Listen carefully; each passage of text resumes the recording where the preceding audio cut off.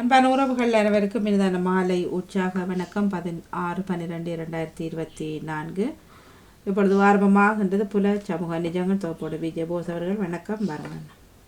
வணக்கம் வாணி. மீண்டும் ஒரு நீங்கள் முதலில் வாணிக்கு பிறந்த நாளாகும். ஆமாம், நன்றி. வாணிக்கு பிறந்த நாள் வாழ்த்துக்களை தெரிவித்துக் கொண்டு நன்றி நன்றி. மீண்டும் ஒரு திங்கள் மாலை பொழுதில் இணைவதில் மகிழ்ச்சி. இன்று அதாவது மிக வைரலாக ஓடிக்கொண்டிருக்கின்ற ஒரு யூடியூப் புதிய ஒரு இலங்கை பாராளுமன்றத்தின் ஒரு புதிய பாராளுமன்ற உறுப்பினராக இணைந்து கொண்ட டாக்டர் அர்ச்சனா அவர்களுடைய காணொளி மிகவும் பரவலாக ஓடிக்கொண்டிருக்கிறது. அதாவது அதை எது பற்றி என்றால், அதான் இன்றைக்கு கிடைத்த தலைப்பு, யாழ் மாவட்ட ஒருங்கிணைப்பு குழு கூட்டத்தில் நடந்த விடயங்கள். அதில் அவர் கிளப்பின பல விடயங்கள் எல்லோருக்கும் ஒரு அதிர்ச்சியாகவும், பல விடயங்களை இன்னொருவர் ஒரு கடல் தொழில் செய்கின்ற ஒருவருடைய பதிவை பார்த்தேன். அவர் கூட அதை பற்றி கதைக்கிறார். இப்படியெல்லாம் வார காசை திருப்பி அனுப்புறீங்களா அப்படி பண்ணி கதைக்கிற பொழுது அப்போ மக்கள்கிட்டே அது போய் சேர்ந்துட்டு அப்போ அதுதான் தேவை எங்களுக்கு. நாங்களும் எல்லோரும் அந்த சில காலகட்டங்களில் அர்ஜுனா ஆரம்பத்தில் சாவச்சேரியில் ஆரம்பித்ததும் பின்பு அவருடைய நடவடிக்கைகளை பார்த்து சில பேர் அவருக்கு ஏதோ மூலப்படுது அப்படியெல்லாம் கலைத்திருக்கிறார்கள். சில பேருக்கு இப்போ நான் கூட சில ஒரு அபிப்பிராயத்தை வச்சிருந்தேன். ஆனால் இப்போ இந்த பதிவுகளை பார்த்த பிறகு விளங்குது ஓரளவுக்கு அவர் கொஞ்சம் வேகமாகத்தான் செயற்பட எண்ணுகிறார். மிகவும் வெளிப்படைத்தன்மையை வெளியில் கொண்டு வரணும் என்று ஒரு ஆக்ரோஷமாக நிற்கிற ஒரு தன்மையை பார்க்கக்கூடிய இருக்குது. அது இந்த கூட்டத்தில் மிக தெளிவாக வருது. அப்படி என்று சொன்னால், அந்த மாவட்டத்துக்கு ஒதுக்கப்பட்ட நிதி சில இடங்களில் அரைவாசிக்கு கிட்ட பாதிக்காமல் திரும்பி போகிறது. அப்போ என்னன்னு சொன்னால், இப்போ எங்களுக்கு டிசம்பர் முடிய போகுது, அதுதான் இந்த நிதிக்குரிய ஆண்டு நினைக்கிறேன்.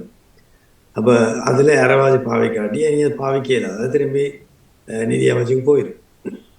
இப்போ இப்படியெல்லாம் ஒவ்வொரு ப்ரொஜெக்டையும் எடுத்து ஒரு ப்ரொஜெக்டில் ஒவ்வொரு அமைச்சையும் எடுத்து போகிற உள்ளூராட்சி அமைச்சு, விவசாயம், கடல் வளம், அப்படியெல்லாம் ஒரு செக்ஷனையும் போட்டு தான் காட்டுறது. ஒன்றுக்கும் அந்த நிதி முற்றாக பாவிக்கப்படவில்லை என்றது என்னுடைய இது. ஆனால் ஒரு மிஞ்சாத சைடில் பார்த்தால் 53 ப்ரொஜெக்ட் எடுத்து அந்த 53 ப்ரொஜெக்ட் முடிஞ்ச மாதிரியும் காட்டியிருக்கு. இப்போ இதே உளறுபடி. ஏனெண்டா அரைவாசிக்கு மேலே நிதி பாவிக்கப்படலை, ஆனால் 53 எடுத்த ப்ரொஜெக்ட் முடிஞ்சிருக்கிற மாதிரி காட்டியிருக்கு. இப்போ இதில் ஏதோ நம்பகத்தன்மை அப்படி இந்த அளவுக்கு இருக்குமோ எனக்கு தெரியாது. அப்போ என்ன அந்த ஒரு உண்மை இருக்கு என்னென்று சொன்னால், நிதிகள் பாவிக்கப்படவில்லை என்பது உண்மை, ஒதுக்கப்பட்ட நிதி பாவிக்கப்படவில்லை என்பது உண்மை. இதுக்கு அண்மைய காலையில் கூடி ஒரு நண்பருடன் நான் காட்சி கொண்டு வந்து அவர் சொன்னதை நான் உங்களுக்கு சொல்லி வைக்க விரும்புகிறேன். வடமாகாண சபை இருந்த காலத்தில் திரு விக்னேஸ்வரன் அவர்கள் முதலமைச்சராக இருந்த பொழுது நிதி போகிறது. அவர் ஒரு மாதம் தான் இருக்கு நினைக்கிறேன்.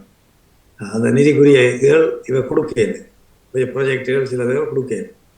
அவசரமாக ஒரு அக்கௌண்ட் நடுவர் ஜப்பானுக்கு ஸ்காலர்ஷிப்பில் போய் திரும்பி வந்திருக்கிறார். அவர்கிட்ட சொல்லியிருக்கிறார்,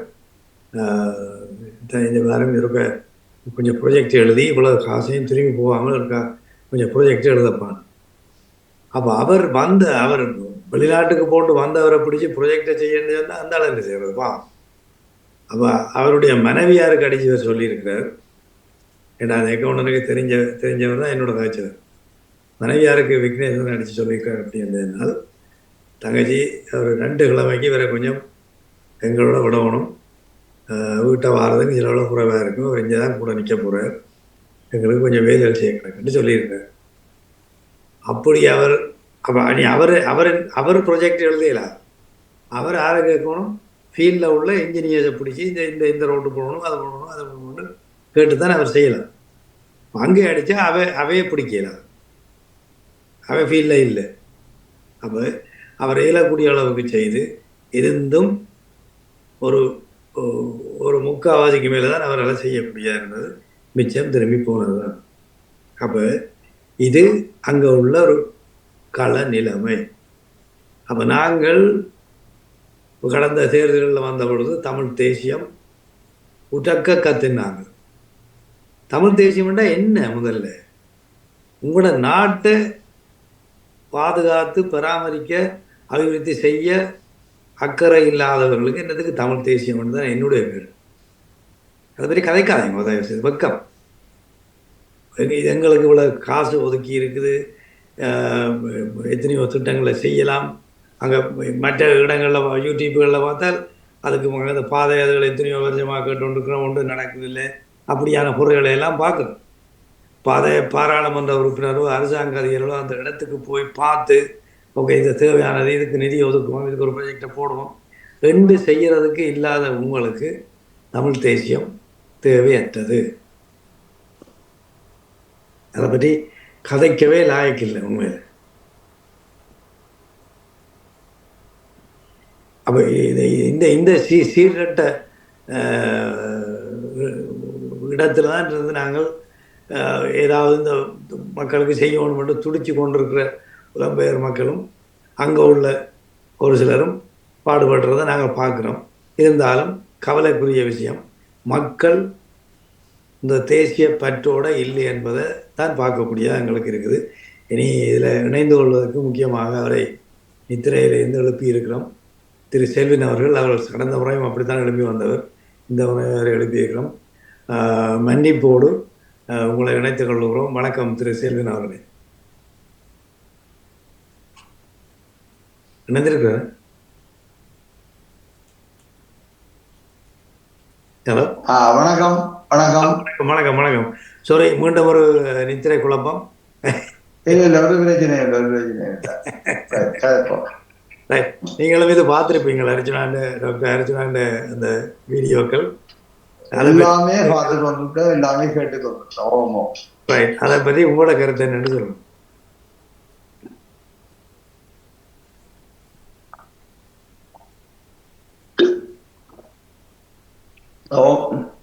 நல்லது. எல்லோருடைய ஆதங்கம், அர்ஜுனாவுடைய ஆதங்கம் எல்லாமே பார்க்கும்போது நிரம்ப எல்லாரும் ஆதங்கப்பட்டு கொண்டிருக்கிறோம். உண்மை. நாங்கள் நினைக்கிறது போன்ற அரசாங்க தரப்பு உத்தியோகத்தர்களுக்கு இடையில அசம்பந்தங்கள் அல்லது மட்டுப்பாடுகள், இயலளவு மட்டுப்பாடுகள் இருக்கு என்றதை நான் மறக்கல. ஏன்னா அந்த விஷயத்துல நான் கடுமையான விமர்சனங்களை கொண்டிருக்கிறார். ஆனாலும் ஒரு விஷயத்த நான் உங்களுக்கு சொல்ல வேண்டும் என்று சொன்னால், தமிழ்ல ஒரு பழமொழி இருக்கு, கேள்வி செவியன் உரை கெடுத்தான் என்று. அந்த பழமொழியை நாங்கள் இந்த இடத்துல புரிஞ்சு கொள்வோம். அடிப்படையில இந்த சமூக ஊடகங்கள் வந்த பிறகு நாங்கள் நினைக்கிறோம், இப்படி விஷயங்கள் தகவல்கள் எல்லாம் உங்களுக்கு கிடைச்ச உடனே அதுகளெல்லாம் முழுமையாக உண்மையாக இருக்கிறது, சரியாக இருக்கிறது சொல்லி யோசிக்கிறோம். அரசாங்க அதிகாரிகளுக்கு நேரடியாக மீடியாவில் வந்து எந்த விஷயத்தையும் வெளிப்படையாக பேசுறதுக்கு உரிமை இல்லை. முதலாவது, அவர்கள் வெளிப்படையாக பேச முடியாது என்ற அவனுடைய ஒழுங்கு விதி கட்டுப்பாடு. அவரோட விஷயத்த மீடியாவில் வந்து என்ன இதுல பேசுறேன்னு சொன்னால் மேலதிகாரிகளோட அனுமதி பெற வேண்டும், அப்படி கனவிடயங்கள் இருக்கும். அதனால அவர்கள் பெரும்பாலும் கனவிடயங்களில் ஒரு அளவுக்கு மேல கலைக்க முடியாமல் மௌனமாக இருந்து கொள்வார்கள். ஒரு பாராளுமன்ற உறுப்பினர் தன்னுடைய சிறப்புரிமை என்ற பேராடியோ அந்த ஏதாதையாவது கலைக்கிறது போல ஒரு அரசாங்க உத்தியோகத்தை கலைக்க முடியாது. ஆனா இந்த அரசாங்க உத்தியோகத்துல இருக்கிறவர்கள் யார் என்று சொன்னா எல்லோரும் எங்களுடைய சமூகத்தை சேர்ந்தவர்கள் தான். எங்களுடைய பிள்ளைகள், அண்ணன், தம்பி, தங்கச்சி, மாமன், மச்சான் என்று சொல்லி அதாவது சொல்றது இந்த தமிழ் சமூகத்திலே ஆட்கள்லாம் வடக்கு பகுதியில் யாழ்ப்பாணத்தில் முழுமையாக அரசாங்க இதில் இருப்பவர்கள். இவ்வளவு பேரும் இருந்து கொண்டு எப்படி இது நடக்கிறது என்ற ஒரு கேள்வி இருக்குதான். 1990ஆம் ஆண்டு மிகப்பெரிய பொருளாதார தடையை இலங்கை அரசாங்கம் அமல்படுத்திய போது அந்த தமிழ் பொருளாதார தடைக்கு எதிராக நின்று போராடியது விடுதலை புலிகளுடைய நிர்வாக கட்டமைப்பு என்றால் அந்த கட்டமைப்போடு தோளோடு தோல் நின்று உழைத்தவர்கள் இந்த அரசாங்க உத்தியோகத்தர்கள் தான். முள்ளிவாய்க்கால் கடைசி நாள் வரையும் நில நிர்வாக கட்டமைப்போடையோ அந்த அரசுடையோ அல்ல அந்த இதனோட இருந்து மக்களோட இருந்து முழுமையாக போராடியவர்களும் இந்த அரசாங்க அலுவலர்கள் தான்.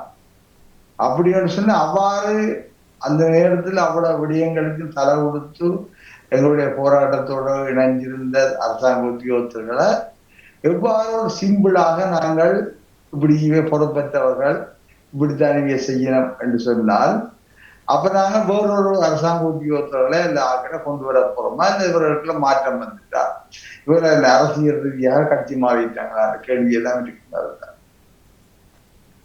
சாதாரணமாக நடக்குன்னு சொன்னா இதுவரை காலம் இருந்த பார்லமெண்ட் உறுப்பினர்கள் ஏன் இவ்வளவு நாளும் இப்படியான விடயங்களை கேள்வி கேட்கவில்லை, இல்லை இவ்வளவு நாளும் இப்படியான விஷயங்களை வெளியில கொண்டு வரவில்லை. அவர்கள் என்ன படிக்காதவர்களா, அனுபவம் இல்லாதவர்களா, அல்ல அவர்களும் இந்த அரசாங்க ஒரு அலுவலர்களோடு சேர்ந்து இந்த மக்களுக்கு எதிராக துரோகம் செய்து போட்டு தேர்தலில் மட்டும் வாக்கு வங்கியில வெற்றி பெற்றவன் வந்தவர்களா, அல்ல முதிர்ச்சியற்றவர்களா என்ன என்ற பல கேள்விகள் எங்களிடம் இருக்கும். தனி அர்ஜுனாவுக்கு மட்டும் பிறந்த ஞானமே இவ்வளவு காலம் இருந்த பாராளுமன்ற உறுப்பினர்களுக்கு எல்லாம் இல்லாமல் போனது அந்த பல கேள்விகள் இருக்குத்தானே எங்களுக்கு. அப்ப இந்த கேள்விகளையே நாங்கள் கேட்கவோம்.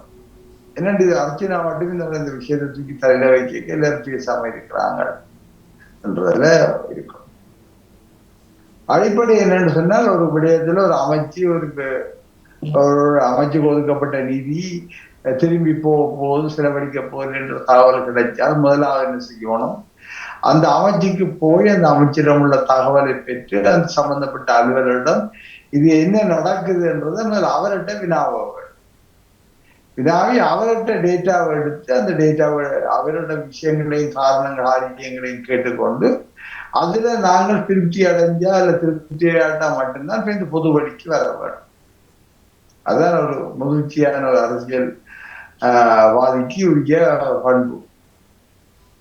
ஆனா இங்கே ஒரு இடத்துல போடப்பட்ட புள்ளி விவரங்களை மட்டும் பார்த்துட்டு நாங்கள் அந்த புள்ளி விவரத்தை மட்டும் வச்சுக்கொண்டு இந்த அப்படி எல்லாம் இருக்குது, எனவே இது இப்படி செலவழிக்கப்படையில கொள்ளப்படையில்லைன்னு சொல்லி நாங்கள் சொல்றது எந்த அளவுக்கு பொருத்தமான என்று சொன்னா அப்ப நாங்க அந்த அரசாங்கத்தினுடைய வரவு செலவு திட்டம், திணைக்களங்களுக்கு நிதியோ வழங்குகின்ற ஒதுக்குகின்ற முறைகள், திட்டங்களை அனுமதிக்கிற முறைகள், ஒரு கிடைச்ச காசை நாங்கள் ஒரு திட்டத்தை பாவிக்கவில்லை என்றால் அதை எடுத்து ஒரு திட்டத்துக்கு கண்ண முடிக்கொண்டு செலவழித்து முடிக்கலாமா, அல்லது மிக அநியாயமா காசு போகக்கூடாத காணி அந்த காசை பங்கிட்டு மக்களுக்கு மாணவர்களுக்கு பிள்ளைகளை கொடுத்துட்டு போகலாமா, இதுக்கான கேள்விகள் எங்களிடம் இருக்கும். சில சமூக ஊடகங்கள் அப்படி கூட அந்த கல்விக்கு இப்ப கொண்டு வந்த நிதியில திரும்பி போகுது எவ்வளவு பிள்ளைகளிங்க அநியாயமா கஷ்டப்படுது அதற்கு பிரிச்சு கொடுத்தா என்னன்னு கேட்கிற சமூக ஊடகங்கள் கூட இங்க கணக்கு இருக்குது. அப்ப சாதாரணமான மனுஷனை பார்க்க கிடையாது, அநியாயப்படா கூட ஆசிரியர் போறாங்க பாவி அந்த காசை பிரிச்சு பிள்ளைகளை கொடுத்தா என்ன, பள்ளிக்கூடங்களை கொடுத்தா என்ன, சனங்களை கொடுத்தா என்ன, நாங்க அப்படிதான் யோசிக்கிறோம். கோயில் நீதி ஆயுது, அரசாங்க நீதி எல்லாம் மக்களோட வழிபடத்தை திரும்பி இப்படி கணக்க விஷயங்கள் இருக்கும். முதல்ல நாங்கள் இந்த அரசாங்கத்துக்கு திட்டங்கள் எவ்வாறு முன்மொழியப்படுகிறது, அது எவ்வாறு அதுக்காக நிதி ஒதுக்கப்படுகிறது, நிதி ஒதுக்கினோம்னா மட்டும் அரசாங்க உத்தியோகத்தர்களால் உடனடியாக செலவழிக்க முடியுமா, அப்படி பல கேள்விகள் எங்களிடம் இருக்கும். நாங்கள் இதையெல்லாம் கேட்காமல் ஒட்டுமொத்தமாக இந்த அரசாங்கத்துறையில உள்ள பொது சேவை துறையில் உள்ள அவ்வளவு பேரையுமே ஒரு அசம்பந்தமானவர்கள், துரோகிகள், பொறுப்பில்லாதவர்கள் சுட்டிக்காட்ட வலிக்கிறது ஒரு ஆரோக்கியமான அரசியலாகவோ ஒரு நிலைமையாகவோ இருக்காது. ஏனென்றால் அவர்கள் தான் இந்த அரசியல்வாதிகள் இருக்கின்றார்களோ இல்லையோ, இந்த இயக்கம் இருந்தோ இல்லையோ, தலைமை இருந்தோ இல்லையோ, இந்த சமூகத்தினுடைய இருப்பை இன்றைக்கு தக்க வச்சு கொண்டது தமிழ் அரசாங்க அலுவலர்கள் தான் எதிர்வில்லை. ஆனால் அதுக்காண்டி அவர்களை 100% வக்காலத்து வாங்கவில்லை. அவர்கள் நிரம்ப பயிற்சியற்றவர்கள், தேர்ச்சியற்றவர்கள், அக்கறையற்றவர்கள் நிரம்ப பேர் இருக்கிறாங்க. ஏதோ சம்பளம் வந்தால் மட்டும் காணும் என்றதை காணி இருக்கிறார்களும் இருக்கிறார்கள். இருக்கிறோம் எங்களோட தமிழ் அரசாங்க உத்தியோகத்திலே பொறுத்தவரை கிட்டத்தட்ட 30 வருஷத்துக்கு மேல எந்த விதமான பயிற்சிகளும் இல்லாமல் யுத்த காலத்துல மட்டும் வறுமை நிவாரண இந்த இடம்பெயர்ந்த மக்களுக்கான நிவாரணங்களையும் அவற்றை முகாம் வைத்தியத்தையும் மட்டும் செய்து கொண்டு தாங்கள் இங்கிருந்து மாறி மாறி இடம்பெயர்ந்து புன குட்டியாவின மாதிரி காவிக்கொண்டு திரிஞ்சவர்கள் தான். தென்னிலங்கையில் இருந்த அரசாங்க உத்தியோகத்தருக்கு புலமை பரிசல்களும் பயிற்சிகளும் அது புதிய மாற்றங்களும் அறிமுகப்படுத்தப்பட்ட காலத்துல இவர்கள் எல்லாம் இந்த யுத்த பூமிக்குள்ள இருந்து அப்படியே தேய்ச்சி போனார்கள். புதிதாக வந்த பட்டதாரிகளுக்கு இன்றைக்கு பட்டதாரி அபிவிருத்தி உத்தியோகத்தருக்கு எந்தவித பயிற்சிகளும் கொடுக்கப்பட்டது கிடையாது. அவர்களை அப்படியே புடிந்தா இதை செய்ய அதை செய்யன்னு சொல்லப்படும். அவன் போயிட்டு கதிரை மேச தூக்குறதும் கூட்டத்துக்கு தேர்த்தினி வண்டி கொடுக்குறதும் தான் அவன் வாழ்க்கையாக மாற்றப்பட்டிருக்கு. அவர்களுக்கு அந்த தொழில்திறமை பயிற்சி எதுவுமே கொடுக்கப்பட இல்லை. இப்படி கன பிரச்சனைகள் இருக்கு. அரசாங்கம் மத்திய அரசாங்கம் எடுக்கின்ற 6 அணியிலேயும் பிரச்சனை இருக்கு. எங்கள்கிட்ட கல்வி மூலமா எங்களுக்கு தந்த கல்வியிலேயும் பிரச்சனை இருக்கு. வேலைக்கு எடுத்த பிறகு அவர்களுக்கு கொடுத்த பயிற்சியிலேயும் பிரச்சனை இருக்கு. அதனால அந்த அவர்கள் சரியான முறையில மோட்டிவேட் பண்ணப்படவில்லை. அதே வேளையில மற்ற பக்கத்தால் எங்கள் அரசியல்வாதிகளும் எந்த விதமான ஒரு புலமை சார்ந்த இதுவும் இல்லாமல் தேசியத்தை மட்டும் நீங்கள் சொன்ன போல தமிழ் தேசியத்தை மட்டும் ஒரு வெற்று காகிதத்தை வச்சு பேசி கொண்டிருக்கிறாங்க. அதுக்கு மேல அவனுக்கு எதுவுமே சொல்ல தெரியாது. ஒரு கன பின்னணியில நாங்க இதை யோசிக்க வேண்டியிருக்கு. சாதாரணமாக அரசாங்கத்தின் நிதியை நாங்கள் ஒரு திட்டத்துக்கு எடுக்கிறேன்னு சொன்னால் அரசாங்கம் எந்த ஒரு நிதியையும் ஒரு பெரும் ஒரு தட்டில வச்சு கொடுக்காது. முதல் முன்மொழிவோட கேட்கும். அந்த முன்மொழிவோட பார்லமெண்ட் உறுப்பினரோ யாரோ அல்ல திணைக்களம் தலைவரோ பெற்று உருவாக்கி அந்த முன்மொழிவுகளை கொடுத்தால் என்ன நடக்கும் சொன்னா முன்னோடிகள் கொழும்புக்கு போய் கொழும்பு திரசேரி உண்டியலுக்கு திரசேரி அந்த உரிய அமைச்சுக்கு போய் அந்த அமைச்சு மட்டத்துல தங்களுடைய அமைச்சு நிலைமைகளுக்கு ஏற்ற மாதிரி இந்த திட்டங்கள் பொருத்தமா இருக்கான்னு பார்த்துட்டு அவையில் அதையெல்லாம் வெட்டி தேசிய கொள்கைகளுக்கு ஏற்ற மாதிரி இதை செய்யலாம்னு சொல்லி போட்டு கொஞ்சம் திட்டங்களுக்கு அனுமதி கொடுக்கிறான். அனுமதி கொடுத்த அப்புறம் சொல்லிக்கணும் சரி இந்த திட்டங்கள் எல்லாம் அனுமதிக்கப்பட்டாயிட்டேன்னு சொல்லுவாங்க. அந்த திட்டங்கள் அனுமதிக்கப்பட்டாயிட்டேன்னு சொன்னாலும் இங்க திட்டம் துவங்க இயலாது. அவை சொல்லும் திட்டத்திற்கான நிதி உங்களுக்கு ஒதுக்கீடு செய்தால் மட்டும்தான் நீங்கள் திட்டத்தை செய்யலாம். அப்ப அதன்படி நிதியை ஒதுக்கீடு செய்து அலோகேஷன் என்று சொல்வார்கள். அந்த அலோகேஷன் எங்களுக்கு கடிதம் பெற வேணும். அந்த அரசாங்க உத்தியோகத்தில் இன்னென்ன வேலைக்கு உங்களுக்கு இவ்வளவு காசு உங்களுக்கு அலோகேட் பண்ணி இருக்குது என்று சொல்லி முதலாக கடிதம் பெறும்.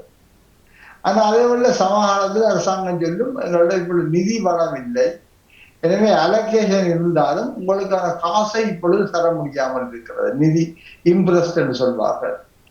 அந்த இம்ப்ரெஸ்ட் இலங்கை அரசாங்கத்திலே இப்ப வரவு செலவு திட்டத்தில் நிதி வளத்துல கைவசம் காசு ஒண்ணு இருக்காவிட்டா அவனுடைய இம்ப்ரெஸ்ட் இருக்காது. எனவே பேரளவில் திட்டம் அனுமதிக்கப்பட்டிருக்கும், நிதி ஒதுக்கப்பட்டிருக்கும், ஆனால் அதுக்கான நிதி இங்க வராது.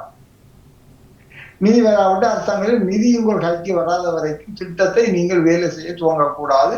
பிறகு திட்ட நிதி தரப்படாவிட்டால் உங்களுக்கு திட்டத்தை காசு கொடுக்க முடியாமல் போகும். அப்படின்னா திருப்பி அரசாங்கம் அதுக்குரிய நிதியை தருகிறோம் என்று உத்தரவாதம் தந்த பிறகு மட்டும்தான் அந்த வேலைக்கான வேலையை துவங்க வேண்டும். வேலையை துவங்குறேன்னா உடனடியாக போய் நாங்கள் கட்டுறதுக்கு அதிகாரம் போக முடியாது. அதுக்கு பிறகுதான் விலை கூறல் கேட்க வேண்டும். விலை கூறல் கேட்பது என்று அரசாங்க வேலைன்னா அதுக்குரிய நியமங்கள் இருக்கும். எவ்வளவு காலம் முன்னறிவித்தல் எப்படியான ஒழுங்குமுறைகள் அது 2-3 மாசம் 4 மாசம் அந்த சடங்குகள் எல்லாம் போகும். அதுல எங்கேயும் ஒரு இடத்தில் கூட மீற முடியாது. அப்படி மீறி ஏதாவது நடந்தால் வழக்குக்கு போகலாம். எல்லோருக்கும் அந்த உரிமை இருக்கும். அப்ப இப்படியான விடயங்களை எல்லாம் தாண்டி எல்லாம் சடங்கு சம்பிரதாயங்கள் எல்லாம் முடிஞ்சு போறோம்னு சொன்னால் என்ன நடக்கும்? அது கிட்டத்தட்ட ஒரு வருஷத்தின் அரைப்பகுதி காலத்தை கடந்து விடும். அரைப்பகுதி காலத்தை கடந்த பின்பு என்ன நடக்கும்? நாங்கள் ஒரு வேலையை செய்கிறதுக்கான பெரும்பாலான கட்டிட வேலைகள் அல்லது எந்த பொறுத்தவரை செய்கிறதுக்கான திரட்டு நிதி வந்து ஒதுக்கீடு வந்தாலும் பிற நிதியும் வந்து அது முழுமையாக வராது.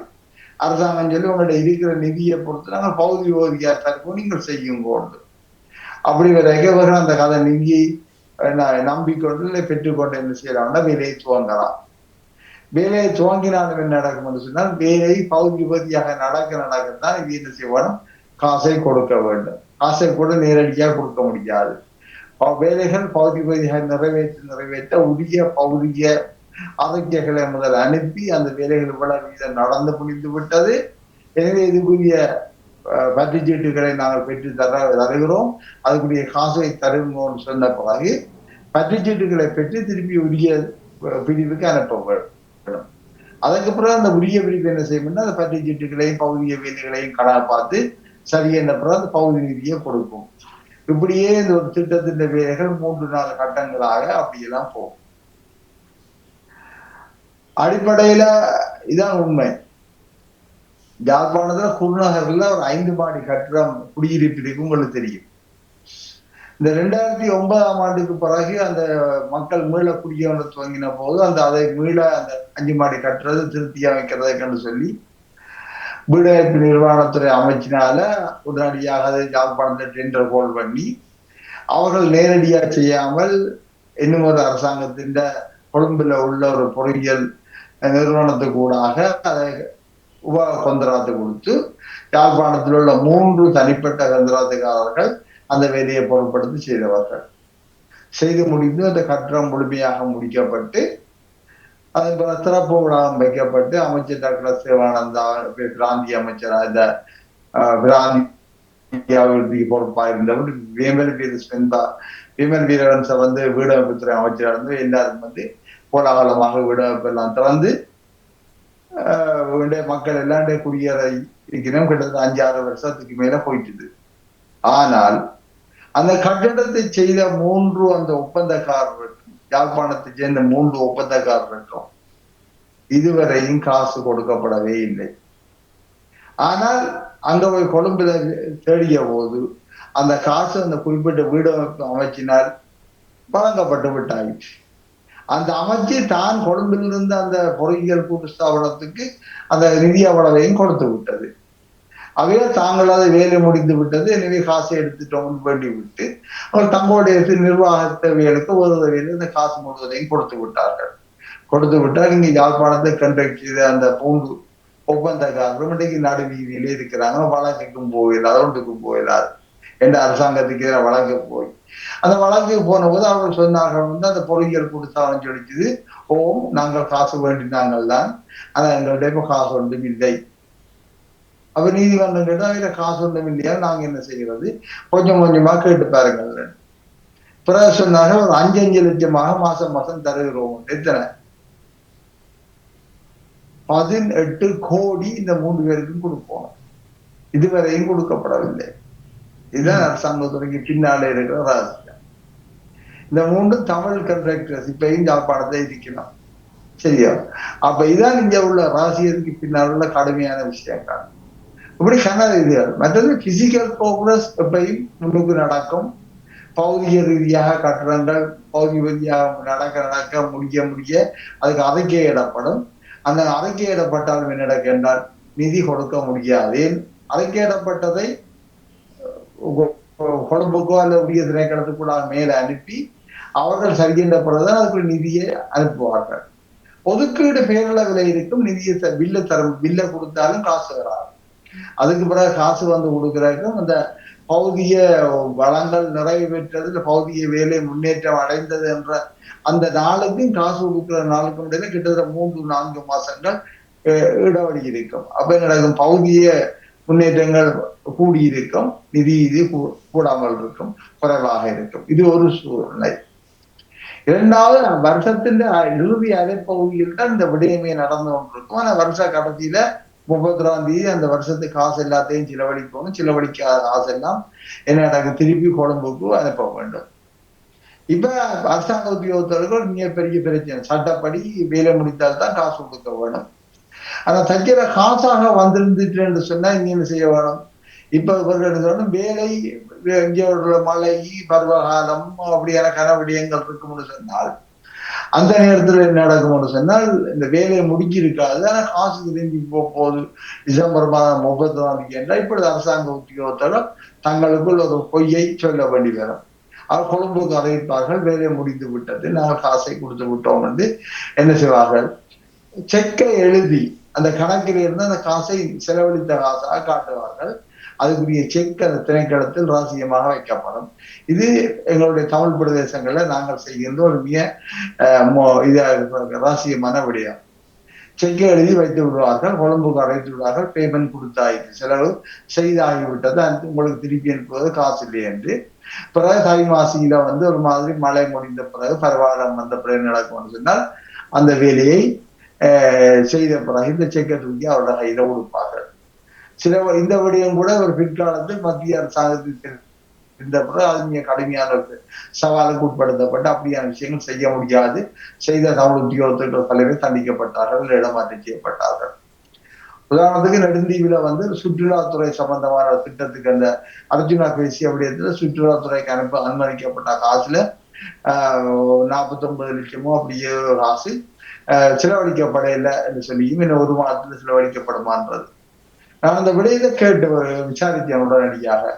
நெடுந்தீவு துறைமுகத்தை அண்டிய பகுதியில் ஒரு துறைமுகத்தை கொஞ்சம் ஒழுங்குபடுத்தி சுற்றுலாத்துறைக்கு ஏற்ற மாதிரி மாற்றுவதற்கும் மேலும் சில வசதிகளையும் ஒரு சுற்றுலா தகவல் மையத்தை உருவாக்குவதற்கு அந்த காசு ஒதுக்கப்பட்டது.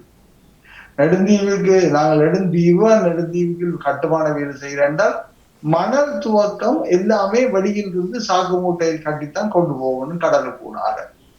எங்களுக்கு தெரியும் இந்த கடலின் நிலைமை எப்படி என்று சொல்லி எவ்வாறு இங்கிருந்து கொண்டு போறன்றது. அந்த மணல் எங்க புங்குடுதீவு அயனாதீவில் அழுந்த மணலா இருக்காது. அது சில வேளையில கிளிநொச்சியில வள்ளிபுர கோயில் கடற்கரையில அல்லது வேற எங்கேயாவது அழுகின்ற மணலா இருக்கும்.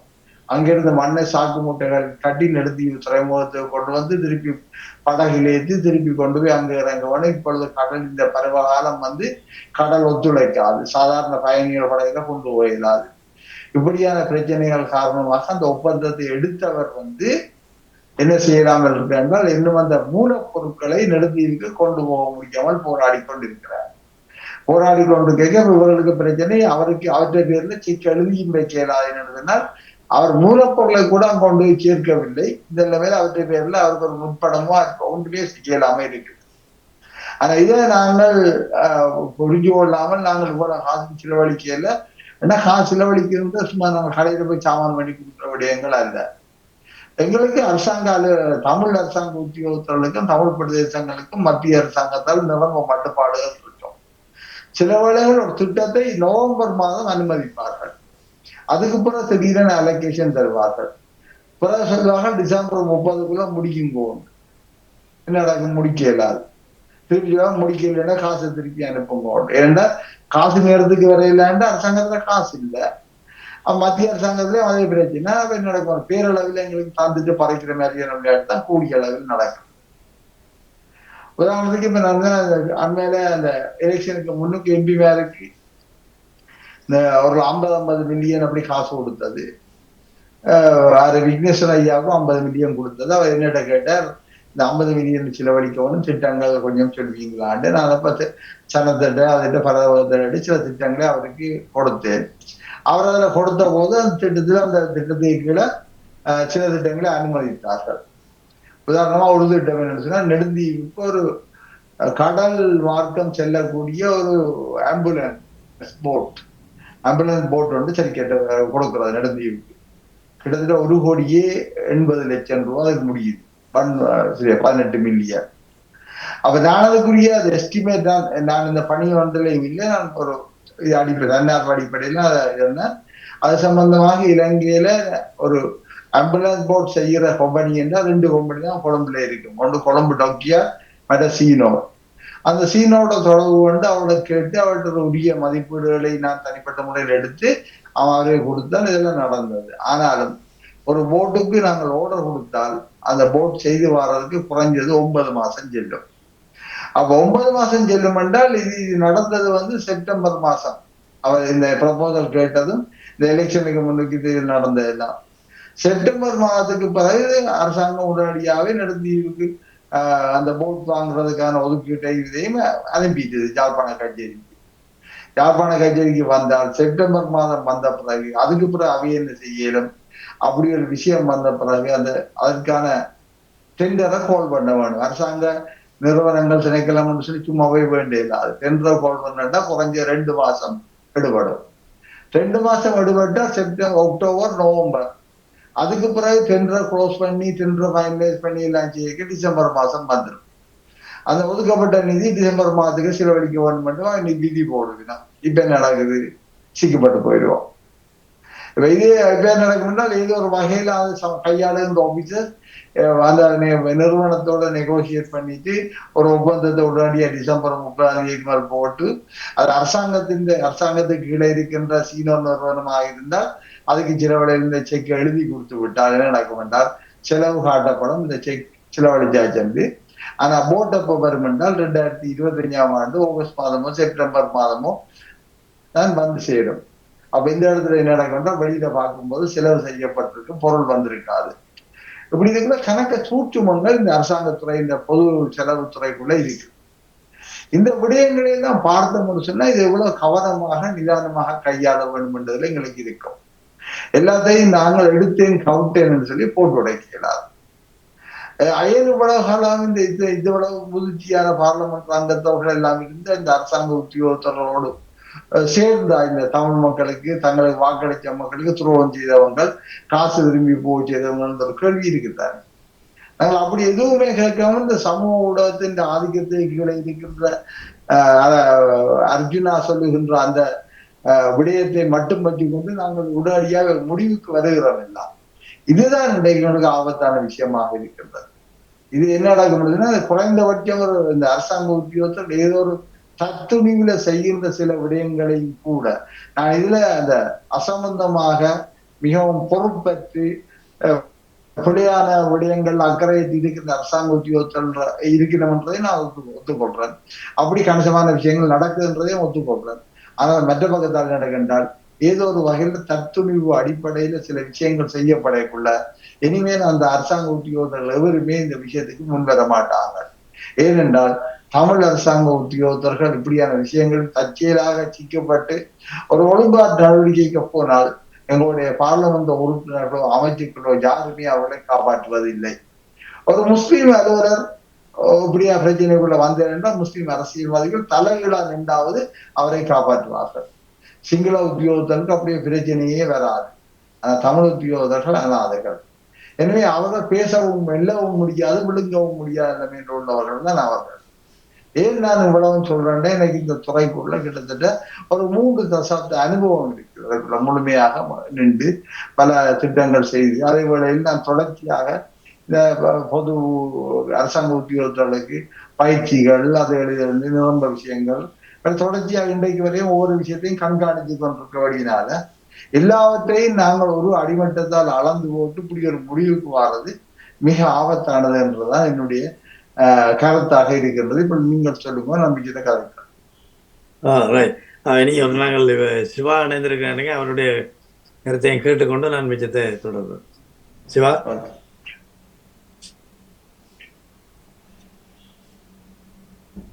சிவா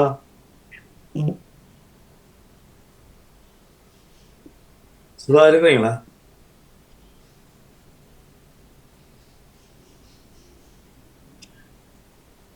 சிவா இணைய மட்டும் நான் நீங்க சொல்ற, அதாவது நீங்க அந்த அந்த அரசாங்கத்துறை உள்ள வணக்கம் வணக்கம் வணக்கம் நீங்க கலாச்சாரம் நான் முறை பேசுறேன். ஆமா, உண்மையிலேயே புலம்பெயர் தேசத்து மக்களுக்கு செல்வன்னா இந்த அளவுக்கு விவரமாக சொன்னது மிகவும் மகிழ்ச்சி. என்னிடம் இருப்பது நான் கடந்த காலத்தில் நாங்கள் முன்னெடுத்த பல பணிகளிலே இப்படியான சில சம்பவங்களை பார்த்திருந்தோம். ஒரு கட்டத்தில் கல்வித்துறை சார்ந்து நாங்கள் முன்னெடுத்த போது வழங்கப்பட்ட நிதி பயன்படுத்துவதற்கு காணி தேவைப்பட்டு நாங்கள் இந்த காணியை வாங்கி கொடுப்பதற்குள் அந்த நிதி திரும்பி போகிற கட்டம் ஒன்று ஏற்பட்டது. இப்பொழுது அதை பற்றி இப்போ செல்வன் சொன்ன பிறகுதான் இதை உறுதிப்படுத்தக்கூடிய இருக்கிறது. ஆகவே இதை இந்த இப்போ சிஸ்டம் சேஞ்ச் என்ற ஒன்றை பற்றி புதிய அரசு யோசிப்பதால் இது மக்கள் மத்தியில் தற்போது பாரிய குழப்பங்களை இந்த சம்பவம் ஏற்படுத்தியது. முதலாவது இந்த அரசு முதலாவது மாவட்ட கூட்டத்தில் இது ஏற்பட்டிருப்பதால் இந்த வேலை திட்டங்கள் சம்பந்தமாக ஒரு இணையதளத்தில் அப்டேட் ஒவ்வொரு மாதமும் அரசாங்கம் உத்தியோகபூர்வமாக அரச உத்தியோகத்தர் மக்களுக்கு விளக்கம் அளிக்கும் முகமாக ஒரு இணையதள சேவை மூலம் மாவட்ட அபிவிருத்தி பற்றிய தரவுகளை அப்பப்போ அரசை வெளிப்படையான ஒரு நியூஸ் லெட்டரை கொண்டு வந்தால் பல கேள்விகளுக்கு பதில் அதில் கிடைக்கும் என நான் நினைக்கிறேன். ஏன்னா இது மக்கள் மத்தியில் ஒரு பாரிய முரண்பாடுகளை கிளப்பி விட்டிருக்கிறது. உசுப்பேத்துற மாதிரியான நிகழ்வுகளும் நடந்திருக்கின்றன. எனவே நாங்கள் அதை பற்றி இதிலே ஆழமாக செல்ல தேவையில்லை. எங்களுக்கு இதுவரை என்ன செய்தோம், இனி என்ன செய்ய போகிறோம் என்றுதான் சிந்திக்க முடியும். இதுவரை நடந்ததுக்கு ஒரு நல்ல மாற்று வழியொன்றை உருவாக்குவதற்கான ஒரு நல்ல தருணமாக இந்த சம்பவங்களை நாங்கள் கவனிக்க வேண்டும். ஏனென்றால் ஆல்ரெடி சமூகம் மிகவும் நொந்து நூலாயிருக்கிற இடத்தில் இந்த சம்பவங்களை இன்னும் வெறுப்புகளையும் கசப்புணர்வுகளையும் சமூகத்தின் மத்தியில் ஒருவர் மீது ஒருவர் சேறு பூசுகின்ற ஒரு கட்டங்களை உருவாக்கி செல்கிறபடியால் இதற்கொரு சுமூகமான இன்றைய தொழில்நுட்பத்துக்கு ஏற்ற விதத்தில் உள்ளங்கையில் உலகம் இருக்கிறது. எனவே இந்த தரவுகளும் பணிகளும் ஒரு வருடத்துக்கான திட்டம், 6 மாத திட்டம், குறுகிய திட்டம் என்றிருந்தால் அதை நியூஸ் லெட்டர்ஸ் மூலம் பப்ளிஷ் பண்ணி அரசு அதற்கான நடவடிக்கை எடுப்பதற்கான ஒரு பொறிமுறை ஒன்று உருவாக்க முடியுமா, அதற்கான ஏதாவது அரசு முன்வைத்திருக்கா என்பதை பற்றி தான் இன்னைக்கு நான் கேட்குறேன். இடையிலே நான் நல்லா சொல்லிவிட்டார் எல்லாத்தையும். மாற்றம், சிஸ்டம் சேஞ்சஸ் எப்படி வரலாம் என்றதான் என்னுடைய. நானும் சில கருத்துக்களை வைக்கலாம் இருக்கிறேன். என்னென்னு சொன்னால், நாங்கள் செல்வனையா சொன்ன மாதிரி சில நடைமுறைகளில் சில மாற்றங்கள் தேவைதான். ஏனென்று சொன்னால், இப்போ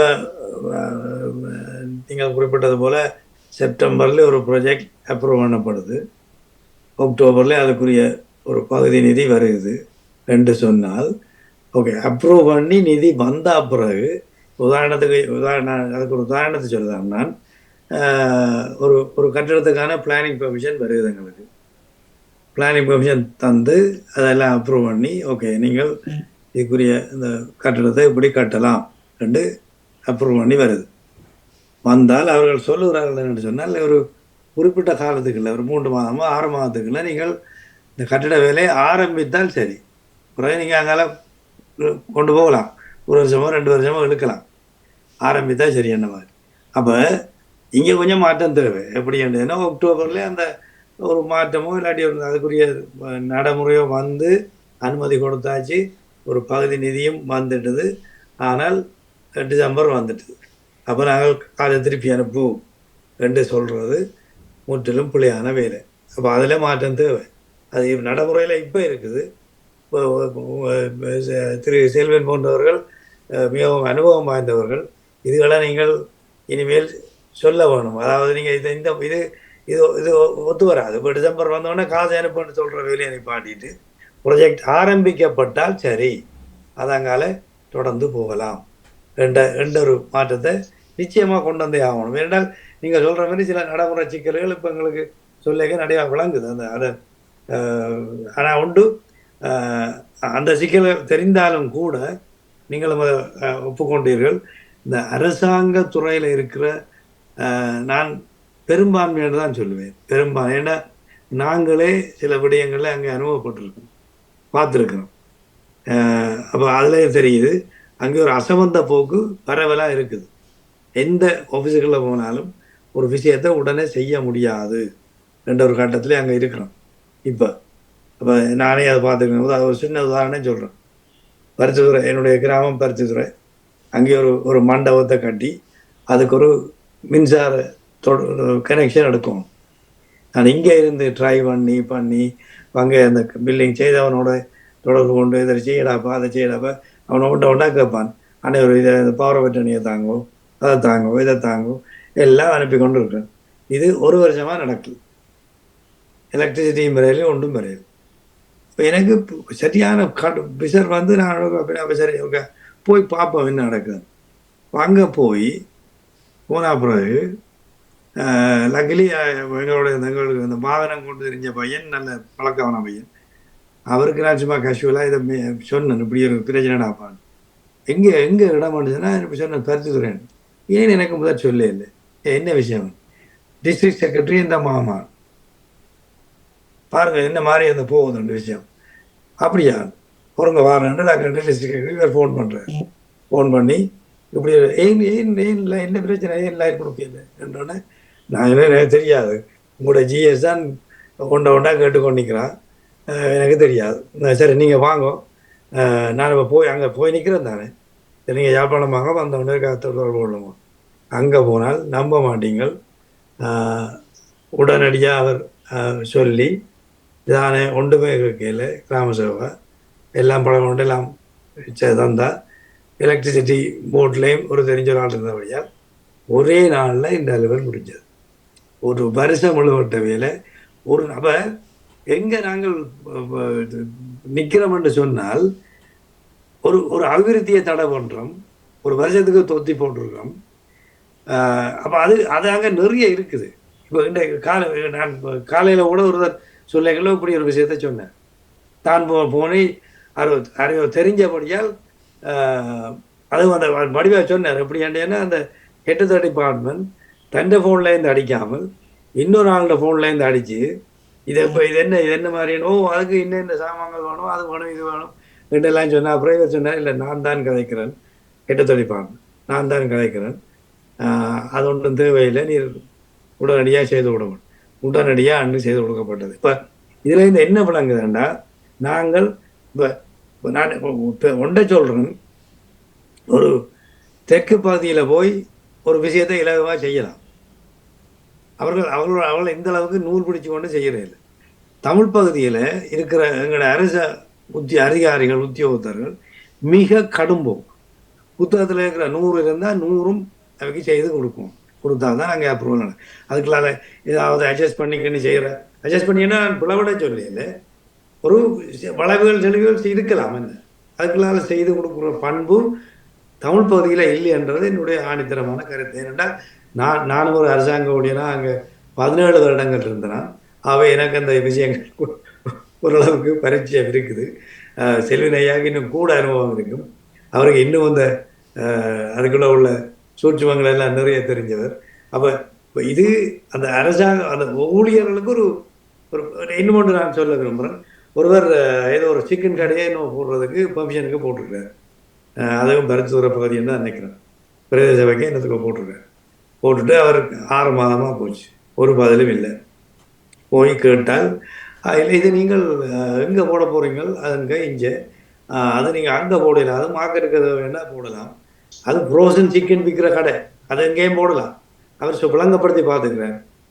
அங்கே அசைகிறதா தெரியல. சொன்னால் அந்த அப்ளிகேஷனை தாங்கணும், வாங்கி அந்த முன்னால் கிழிச்சு போட்டு உங்களுக்கு ஒன்றுமே சரி வராத வேறு கொண்டு அந்த விட்டு வந்து இதெல்லாம் நடந்த விஷயங்கள். அப்போ இது மாற வேணும். அரசாங்க அதிகார மட்டத்தில் நிறைய பிரச்சனைகள் நான் எல்லாரையும் சொல்லலை. நீ ஐயா சொன்ன மாதிரி நான் எல்லாரையும் சொல்லலை. சில பேர் கொஞ்சம் அவுட்டதவையாக போய் செய்கிறார்களும் நிறைய பேர் இருக்கணும். அப்போ அந்த மாற்றம் எங்களுக்குள்ள தமிழ் பகுதிக்கு எங்களுக்கு அபிவிருத்தி தேவை. என்ன எப்படி ஃபாஸ்ட்டாக சொலிச்சு வளைச்சி செய்யலாமா செய்யும். இப்போ அந்த இதாங்க வருது இல்லை. அது நான் மிக ஒரு கவலையோட சொல்கிறேன். ஏன்னா நாங்களே நேர போய் சில விஷயங்களை செய்து பார்க்க எங்களுக்கு அந்த பிரச்சனை தெரிஞ்சது. அதை பற்றி ஐயா செல்வன் ஐயா சொல்லுவோம். என்னன்னா நீங்கள் சொன்ன 100% சரி. அடிப்படை என்னன்னு சொன்னால், நான் இந்த இலங்கை நிர்வாக சபையோட சேர்ந்தது 1984. 84ஆம் ஆண்டு சேர்க்க எங்களுக்கு முன்னால இருந்த அந்த முன்மாதிரி மாடல்கள் சொல்லுகின்ற அலுவலர்கள் இருக்கிறோமோ அவையெல்லாம் இலங்கையில மிக திறமையான முதன்மையான நிர்வாக உத்தியோகத்தர்கள். சில அவர்கள் ஒரு சொல்லி சொன்னால் ஒரு பேரில் புள்ளி வச்சா அந்த புள்ளி ஆசையாகும், யாரும் திருப்பி கேள்வி கேட்க மாட்டார்கள். சாதாரண இப்ப நான் ஒரு அரசாங்க அதிபருக்கு கீழே அத்தோணி முத்தன் சொல்லி அவருக்கு கீழே நான் முதலாவது பணியை பொறுப்பேற்று மட்டக்களப்புக்கு போயிருந்தேன். என்னுடைய பதவி உதவி உணவு கட்டுப்பாட்டாளர், அதாவது அரிசி மாசினி 3ம் என்னுடைய நேரடி கட்டுப்பாட்டில் என்னுடைய களஞ்சிய பொறுப்பில் இருந்தால் மக்கள் சங்கங்களுக்கோ வியாபாரத்துக்கோ போகும். அப்பொழுது அரசாங்க தொகையின்படி நாங்கள்லாம் போச்சுவோம். அப்போ ஒவ்வொரு நாளும் பல மில்லியன் ரூபாய்களுக்கு நாங்கள் சங்கங்களுக்கு தனியார் துறைக்கு சாமான்களை விற்போம், வாங்குவோம், எல்லாம் செய்வோம். எனவே தற்செயலா விலை கூட்டுவதாக இருந்தால் கூட எங்களுக்கு கிட்டத்தட்ட உள்ளக தொலைபேசிக்குள்ளால எங்களுக்கு 24 மணி நேரத்துக்கு முன்னுக்கு வரும் 4 விலை கூட்டப்பட வேண்டும். நாங்கள் நினைச்சா இன்றைக்கு வித்ததாக காட்டி போட்டு ஒரு 1,00,000 கிலோவை நாங்கள் வித்துட்டோம்னு சொல்லி கொப்பியில் எழுதி விட்டோம்னா நாளைக்கு புதிய விலைக்கு வித்து போட்டு பழைய விலை காசை கட்டிவிட்டா சரி. அப்படியெல்லாம் வந்த ஒரு காலம். ஆனா எனக்கு மேல நான் மாவட்ட அரசாங்க அதிபர் எனக்கு பொறுப்பா இருப்பேன். அதுக்கு மேல என்னுடைய ஆணையாளராக மத்திய அமைச்சில இருப்பார். அவர் நான் எல்லா விஷயத்துக்கும் என்ன நடந்தாலும் போய் அவர்கிட்ட கேட்கறத பெர்மிஷன் எடுக்க வேண்டும் ஆபீஷியலாக. அவர் என்ன கூப்பிட்டு நான் வேலைக்கு சேர்ந்த ஒரு 2ஆம் நாளும் 3ஆம் நாள் என்ன கூப்பிட்டு சொன்னார், நீர் செய்கின்ற வேலை ஒவ்வொன்றுக்கும் என்னிடம் வந்து கமிஷன் கேட்கிறேன்னு சொன்னால் நம்மளோட வேலையை ஓடாது. என்ன நான் அரசாங்க அதிபர், நான் பலதும் பார்த்து பல பிஸியா இருப்பார். எனவே உங்களோட ஒவ்வொரு விஷயத்துக்கு நான் கமிஷன் தரன்றதும் அதுக்காக காத்திருக்கன்றதும் சாத்தியமில்லை. உமது மனச்சாட்சிக்கு சரியென்று பட்டால் நீர் என்னுடைய அனுமதிக்கு காத்திராமல் அந்த வேலையை செய்து போட்டு வேற நான் உமக்கு அனுமதி தாரேன். உம்முடைய மனச்சாட்சிக்கு ஒரு சின்ன சந்தேகம் இருக்கும் என்றாலும் அந்த விடயங்களில் அதை செய்ய வேண்டாம், டோன்ட் டூ இட். அதுக்கு பிறகு என்னால உண்மை டிபெண்ட் பண்ண முடியாதுன்னு சொல்லி ஒரு உத்தரவாதம் வந்தார். அது அவர் ஒரு கண்ணிவடியில அவர் வந்து போனார். அந்த உத்தரவாதம் தான் எனக்கு தரப்பட்ட என்னுடைய மேலதிகாரி நான் சரியானதை செய்தால் என்னை காப்பாற்றுவார், எனக்கு அனுமதி தருவார் என்பது. எனவே நான் பிழையானதை செய்யக்கூடாது எனக்கு வாழ்க்கை முழுக்க எனக்கு தரப்பட்ட உத்தரவாதம். நான் அப்படி மிகப்பெரிய திறமையான இலங்கையினுடைய மிக முன்மாதிரியான நிர்வாக உத்தியோகத்தர்களை எல்லாம் உங்களுடைய முன்மாதிரி முடல்களாக வைத்துக் கொண்டுதான் நாங்கள் வேலையை பழகினதும் வேலை செய்ததும் பயமற்று துணிஞ்சு வேலை செய்து நாங்கள் முடிவெடுத்த நாங்கள் ஏன்னு சொன்னால் என்னுடைய மேலதிகாரி நான் செய்தனுடைய நியாயத்தை ஏற்றுக்கொண்டு அவர் கட்டாயம் இந்த விஷயத்தை அங்கீகரிப்பார் என்று சொல்லி அதுதான் உண்மை. ஆனால் இப்பொழுது எங்களிடம் உள்ள அலுவலர்களுக்கு, இப்பொழுது பதவியில் உள்ள அலுவலர்களுக்கு ஒரு முன்மாதிரியான முடல்களே எங்களிடம் இல்லை, தமிழர்களிடம். ஏனென்று சொன்னால் அது 30 வருஷ யுத்த காலத்தில் அந்த முன்மாதிரியான மிகப்பெரிய ஆச்சாரமா அவர்கள் இருந்தாலும் வேலைப்பாடி போய்விட்டார்கள் அல்லது புறந்தள்ளப்பட்டு விட்டார்கள். அதுக்கு பிறகு ஒரு மிகப்பெரிய இடைவெளி. அந்த இடைவெளியில அவைகளுக்கு மொடல்ஸே இல்லை. அப்ப மாடல்ஸ் என்றா செல்ஃப் மேட் மாடல்ஸ் தான் இப்ப இருக்கிறது எல்லாமே. எனவே அவைகளுக்கு இப்ப பயம்தான், ஒன்று களவடு அல்லது பயப்படு, 2 தான் ஒன்றுதான். உத்தியோகத்துக்காக தக்க வைக்க வரும் என்றால் அதுலேயே நீ ஒன்றும் செய்யாம உன்னை தற்காத்துக்கொள். No work no problem, no work no problem. அதாவது வேலை செய்ய வலிக்கிட்டீங்கன்னா கரை பிரச்சனை வரும், வேலை செய்யாமட்டீங்கன்னா பிரச்சனை வராது. எனவே இயலுமான வரைக்கும் தவிர்த்துக் கொள்ளன்றதான் ஒரு சாரார் இருப்பினம். இன்னொரு சாரார் இருப்பினம் வாய்ப்பு இருந்தால் அடிக்கக்கூடிய அளவுக்கு அடிச்சு களவெடுத்துட்டு போ. நீ பென்ஷனுக்கு பிறகு நீ வெளியில போய் சீவிக்கக்கூடிய அளவுக்கு களவெடுத்தீங்கன்னா சரி, இன்னாது இன்னும் ஒரு தொகுதி உத்தியோகத்தர் இருக்கலாம். இதுதான் நீங்க உள்ள பின்னாடி சரிதானே. எனவே இதை மாற்ற வேணும்னு சொன்னா இலங்கை அரசாங்கம் 90ஆம் ஆண்டுகள்ல என்ன நடந்ததுன்னு சொன்னால் ஒரு மிகப்பெரிய 90ஆம் ஆண்டுகள்ல மிகப்பெரிய திட்டத்தை கொண்டு வந்து பெர்ஃபார்மன்ஸ் அப்ரைசல் திட்டம்னு சொல்லி, அதாவது ஒவ்வொரு அலுவலருக்கும் அவருடைய செயற்பாடுகளை முழுமையாக கண்காணித்து அந்த அதன்படி அடிப்படையில் தான் அவருக்கு வருடாந்தம் முன்னேற்றம் சம்பளம் அதெல்லாம் கொடுப்படும் என்று ஒரு 3 வருடங்கள் 4 வருடங்கள் மிக சிறப்பாக செய்யப்பட்டது. அதுக்கு பிறகு திட்டத்தை இல்லாமலே காணாமலே செய்து விட்டார்கள் இந்த ஒப்புதல் அறிஞ்சு. ஏன்னு சொன்னார் அவ்வாறு இறுக்கமான கண்காணிப்பு செய்யறன்றது எல்லோருக்கும் பயமும் சிக்கனம் வந்துடுது. எனவே எல்லா கவர்மெண்ட் ஆபீஸரும் கீழே உள்ளவர்கள் அல்ல, அமைச்சு மன்றத்தில் இருந்த செயலாளர்கள் துவக்கம் எல்லாரும் சேர்ந்து அந்த திட்டம் தங்களுக்கு சங்கடமானது என்று சொல்லி போட்டு மூடிவிட்டார்கள். அண்மை காலத்துல 2015ஆம் ஆண்டுக்கு பிறகு மாகாண சபை, வடக்கு மாகாண சபை கேட்க இந்த சத்தியலிங்கம் அவர்கள் அமைச்சராக இருந்தவர் வட மாகாணத்திலே சௌக்கிய சேவைக்கு பொறுப்பாக, சுகாதார சேவைக்கு பொறுப்பாக. அப்பொழுது நான் அவருடன் ஒரு ஒப்பந்த அடிப்படையில் ஒரு 6 மாதத்துக்கு அவருடைய ஆலோசகராக பணியாற்றினார். அப்ப யாழ்ப்பாணத்துக்குன்னு சொல்லி வடமாகாணத்துக்குன்னு சொல்லி ஒரு ஆம்புலன்ஸ் சேவை ஒன்று உருவாக்கும்னு சொல்லி வடமாகாண சபையினால ஒரு சிறப்பு ஆம்புலன்ஸ் சேவை வந்து இலங்கையில் ஓட்டத்திலையும் இல்லாத முறையில் உருவாக்கப்பட்டது. அதுவரையும் ஆஸ்பத்திரிக்கும் இடையில ஆம்புலன்ஸ் சேவை ஓடிக்கொண்டிருக்கிறாங்க. அதுக்கு மாறாக இந்த வன்னியில இருந்தாலும் சரி எங்கே இருந்தாலும் சரி ஒரு நோயாளி ஒரு வெஸ்டர்ன் மாடல்ல கொண்டு வர மாதிரி ஒரு ஆம்புலன்ஸ் சேவை உருவாக்கும் போது மத்திய அரசாங்கத்திலிருந்து நிரம்பங்களுக்கு அவருக்கு எதிர்ப்பு வந்து அதனால ஒரு மாகாண சபையின் சப்ஜெக்ட்னு சொல்லி அதை செய்ய வலிக்கிட்டார். புலம்பெயர் வித்தகர்களுடைய ஆலோசனையோடையும் பிரித்தானிய அரசாங்கத்தினுடைய பிரிட்டிஷ் ஆம்புலன்ஸ் சேவையினுடைய வழிகாட்டுதல்களையும் அதை நாங்கள் செய்ய வலிக்கிட்டு யாழ்ப்பாணத்து வடமாகாணத்தில் ஒரு மிகப்பெரிய ஆம்புலன்ஸ் சர்வீஸும் அதற்கான ஒன்கோல், அதாவது எங்க இருந்தும் நீங்கள் ஒரு ஆம்புலன்ஸ் அடிக்க 12 நிமிடத்துல உங்களுக்கு ஆம்புலன்ஸ் வரக்கூடிய மாதிரி, அந்த இடத்துக்கு வரக்கூடிய மாதிரி ஒரு ஆம்புலன்ஸ் சர்வீஸ் டெவலப் பண்ணப்பட்டது. சுமார் 70 ஆம்புலன்ஸ்கள் நினைக்கிறேன் ஒரேடியாக நெட்வொர்க்கில் இணைக்கப்பட்டது. ஒரு ஆம்புலன்ஸ் புதுசா வாங்கவில்லை. அரசாங்க ஆஸ்பத்திரிகள் இருந்த அத்தனை ஆம்புலன்ஸ் எல்லாம் ஜிபிஎஸ் கனெக்ட் பண்ணப்பட்டு எல்லாத்துக்குமே லிங்க் கொடுக்கப்பட்டு எல்லாமே ஒரு நெட்வொர்க்ல கொண்டு வரப்பட்டு 24 மணித்தியாலும் கம்ப்யூட்டர் மானிட்டரிங்ல எந்த ஆம்புலன்ஸ் எந்த ரோட்ல நிக்குதுன்னு சொல்லி அந்த டேட்டா அங்க எங்களுக்கு தெரிஞ்சு கொண்டே இருக்கும், ரியல் டைம் டேட்டா.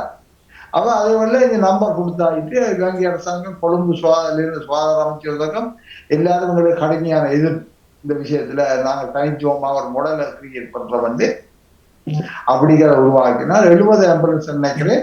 70 ஆம்புலன்ஸ் எங்கேயும் நிற்கும். நீங்கள் இடத்துல இருந்து பூனரியிலிருந்து ஒரு அவசர அழைப்பு வர்றது இப்படி ஒரு இடத்துல ஒரு கற்பனை பெண்ணுக்கு ஆஸ்பத்திரிக்கு கொண்டு போனா உடனே இதுல ஜிபிஎஸ் மேப்ல பார்த்து போட்டு பூனாரியில அவைந்த பாயிண்ட்டுக்கு கிட்ட ஓடிக்கொண்டிருக்கிற ஆம்புலன்ஸை டைவர்ட் பண்ணுவாங்க உடனடியாக அந்த ஸ்பாட்டுக்கு போக சொல்லி. அப்படி ஒரு மிகப்பெரிய திறமையான ஆம்புலன்ஸ் சர்வீஸ் வந்து வட மாநிலத்தில் உருவாக்கப்பட்டது. அதை பார்த்துதான் பிறகு இப்ப ஸ்ரீலங்காவில இலங்கை முழுக்க ஆம்புலன்ஸ் சர்வீஸ 199 நோட்டு 1917 சொல்லிட்டு இலங்கை அரசாங்கம் காவல்துறை அது எல்லாத்துக்கும் அவாய்ட் செய்தது வட மாநிலத்தில் எங்களுடைய முடலை வச்சுட்டாங்க. அப்படி ரெண்டு மிக சந்தோஷமாக ஓடிக்கொண்டு வெற்றிகரமாக உள்ளது. அதுக்கான வளங்கள் கணக்க விஷயங்களை புலம்பெயர் சமூகம் தான் எங்களுக்கு தந்தது. ஆனா என்ன நடந்ததுன்னு சொன்னா டாக்டர் மாகாண சபையின் கலைஞ்சி நானும் அந்த பணியிலிருந்து வெளியில வந்துட்டேன். பிறகு ஒரு நாள் கேட்டேன் அங்க வேலை செய்யணும் எப்படி போகுது அப்ப ஆம்புலன்ஸ் சர்வீஸ் சார் அதெல்லாம் இப்ப விட்டாச்சு சார். என்ன நடந்தது என்னன்னு சொன்னா ஜிபிஎஸ் எல்லாத்தையும் கலட்டி ஆயிடுச்சு ஆம்புலன்ஸ்ல இருந்து. அப்ப ஆம்புலன்ஸ்ல எங்க நிக்கணும்னு தெரியாது. அதனால அந்த தொலைத்தொடர்பு சாதனங்களும் இல்லாமல் போய்விட்டதுன்னு சொல்லிட்டு ஏன் ஜிபிஎஸ் கலட்டிட்டேன்னா இல்ல ஆம்புலன்ஸ் சில வேளையில எங்களுடைய வைத்தியர்கள் அந்த பிரதேசங்கள்ல தங்களுடைய வேறு உதவிகளுக்கு பயன்படுத்துவார்கள், போக்குவரத்துக்கு அதுக்கு இதுக்கு அவசரத்துக்கு. அப்ப நீங்க ஜிபிஎஸ் பூட்டியிருந்தா அந்த வாகனத்தின் ரெக்கார்ட் இருக்கு ஆன்லைனுக்குள்ள சேவர்ல பதிஞ்சிருக்கு எங்க எல்லாம் போய் வருது. எனவே ஜிபிஎஸ் முடிஞ்சுட்டாங்க. அப்ப ஜிபிஎஸ் பிடிங்கிறப்ப அந்த சர்வீஸ் செய்ய இயலாது. அதோட அப்படியே ஆம்பவுண்டு போயிட்டு இப்ப தனியா இந்த ஏனைய ஆம்புலன்ஸ் எல்லாம் தங்கி இருக்கு. கடந்த வாரமும் பட்டுக்கோட்டையில அராளி பாலத்தில் ஒரு ஆக்சிடென்ட் நடந்தது. ஒரு இளைஞர் நினைக்கிறேன் விழுந்து ஆக்சிடென்ட் படிச்சு விழுந்து கிடந்தது. கிட்டத்தட்ட 3/4 மணி நேரத்துக்கு மேல அந்த இடத்துக்கு ஆம்புலன்ஸ் போக முடியாது, ஆம்புலன்ஸுக்கு அறிவிச்சும் அந்த இடத்துக்கு போக முடியாம போய் கடைசியா அவர் வந்து போனார். ஒரு வெல் மாடர்ன் அட்வான்ஸ் சிஸ்டம் உள்ள புலம்பெயரோடைய இதோடையும் எங்களுடைய தற்துணிவோடைய ஒரு அமைச்சராக இருந்து சத்தியலிங்கம் துவங்கி எல்லாம் செய்து கூட கடைசியில் நடந்தது. அதுக்குரிய தலைமைத்துவம் இல்லை என்னும் போது ஆக்ரோஷமான சரியான தலைமைத்துவம் இல்லைன்னு அடிபட்டு போயிட்டுது. இதே போல சத்தியலிங்கம் அவர்கள் அமைச்சராக இருக்க நாங்கள் இந்த டெலிமெடிசின் என்று சொல்லி போன்ற திட்டத்தை அறிமுகப்படுத்த வலிக்கிட்டார்.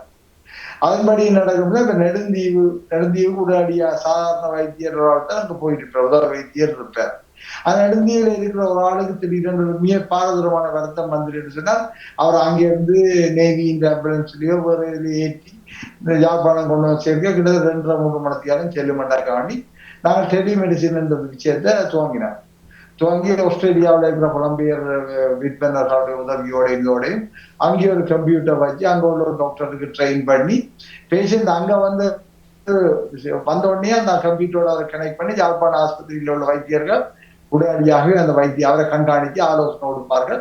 ஒரு பக்கத்தால் ஆலோசனை செய்து வழிகாட்டு மற்ற பக்கத்தால் அவர் எப்படி இங்க கொண்டு வரணும்னு பற்றி தீர்மானிக்கிறாங்க எல்லாம் ஆயுதங்கள் செய்யப்பட்டது. ஆனா மாகாண சபை கலைஞ்சோன்னா அந்த திட்டமே இல்லாம போயிட்டு டெலிமெடிசினும் இல்லை. நாங்கள் அப்படியே பூனேரியில நெடுந்தீவில ஸ்டார்ட் பண்ண படிக்கிறாங்க. கடைசியில அப்படியே போயிட்டு அதை கண்டு என்ன கம்ப்யூட்டர்ஸும் அப்படியே போயிட்டு. இதான் சிக்கல் என்னதான் தலைமைத்துவம். எங்களுக்கு அந்த அப்படியான ஒரு தலைமைத்துவம் அந்த சொல்ல அந்த கட்ஸ் உள்ள தலைமைத்துவம், சும்மா அந்த கோயில் மடங்க தலைமைத்துவம் அல்ல. பிளவுடிக்காத அந்த தலைமைத்துவம், அந்த விஷனரியான தலைமைத்துவம் இருக்காட்ட இல்லை. அது விடுதலை புலிக காலத்துக்கு பிறகு அப்படி ஒரு விஷயத்த இந்த மாநகரி இருக்கிற காலத்துல சத்தியலிங்கம் அப்படிங்கிற தலைமைத்துவத்தை ஹெல்த் மினிஸ்ட்ரிக்கு கொடுத்தாரு வடிவா. சரி, அதே மாதிரி கல்வித்துறையில ஒரு காலத்துல திவகரால அப்படி ஒரு தலைமைத்துவத்தை அவர் கொடுத்தது. அவர் இறந்து போய்விட்டார். கல்வித்துறையில் அந்த மாதிரி பயங்கரமான கணக்க விஷயங்கள்லாம் செய்தவர் அவர், இனோவேட்டிவா. அங்கே அந்த லீடர்ஷிப், அந்த லீடர்ஷிப் கட்ஸ் இருந்தது. அந்த கட்சியில் கேட்க அது நடந்த மொழியா இருந்தது. இப்ப அந்த லீடர்ஷிப் சொல்லி உங்களுக்கு ஒன்றுமே இல்லை. இதே ஒரு மிகப்பெரிய வறுமை. அப்ப இந்த இப்படியான விஷயங்களை நாங்கள் எப்படி எங்களை எல்லாம் செய்ய போறோம்? இப்ப எங்களுக்கு ஆளுநரா வந்திருக்கிறது வேதநாயகன் கிளிநொச்சியில அடிச்சு கேட்க அவருக்கு மேல உள்ள அதிகாரி போட்டு கொடுத்து அந்த மறியலுக்கு போயிருந்தது. 3 மாதமா 6 மாதம் முடிக்க இருந்தது.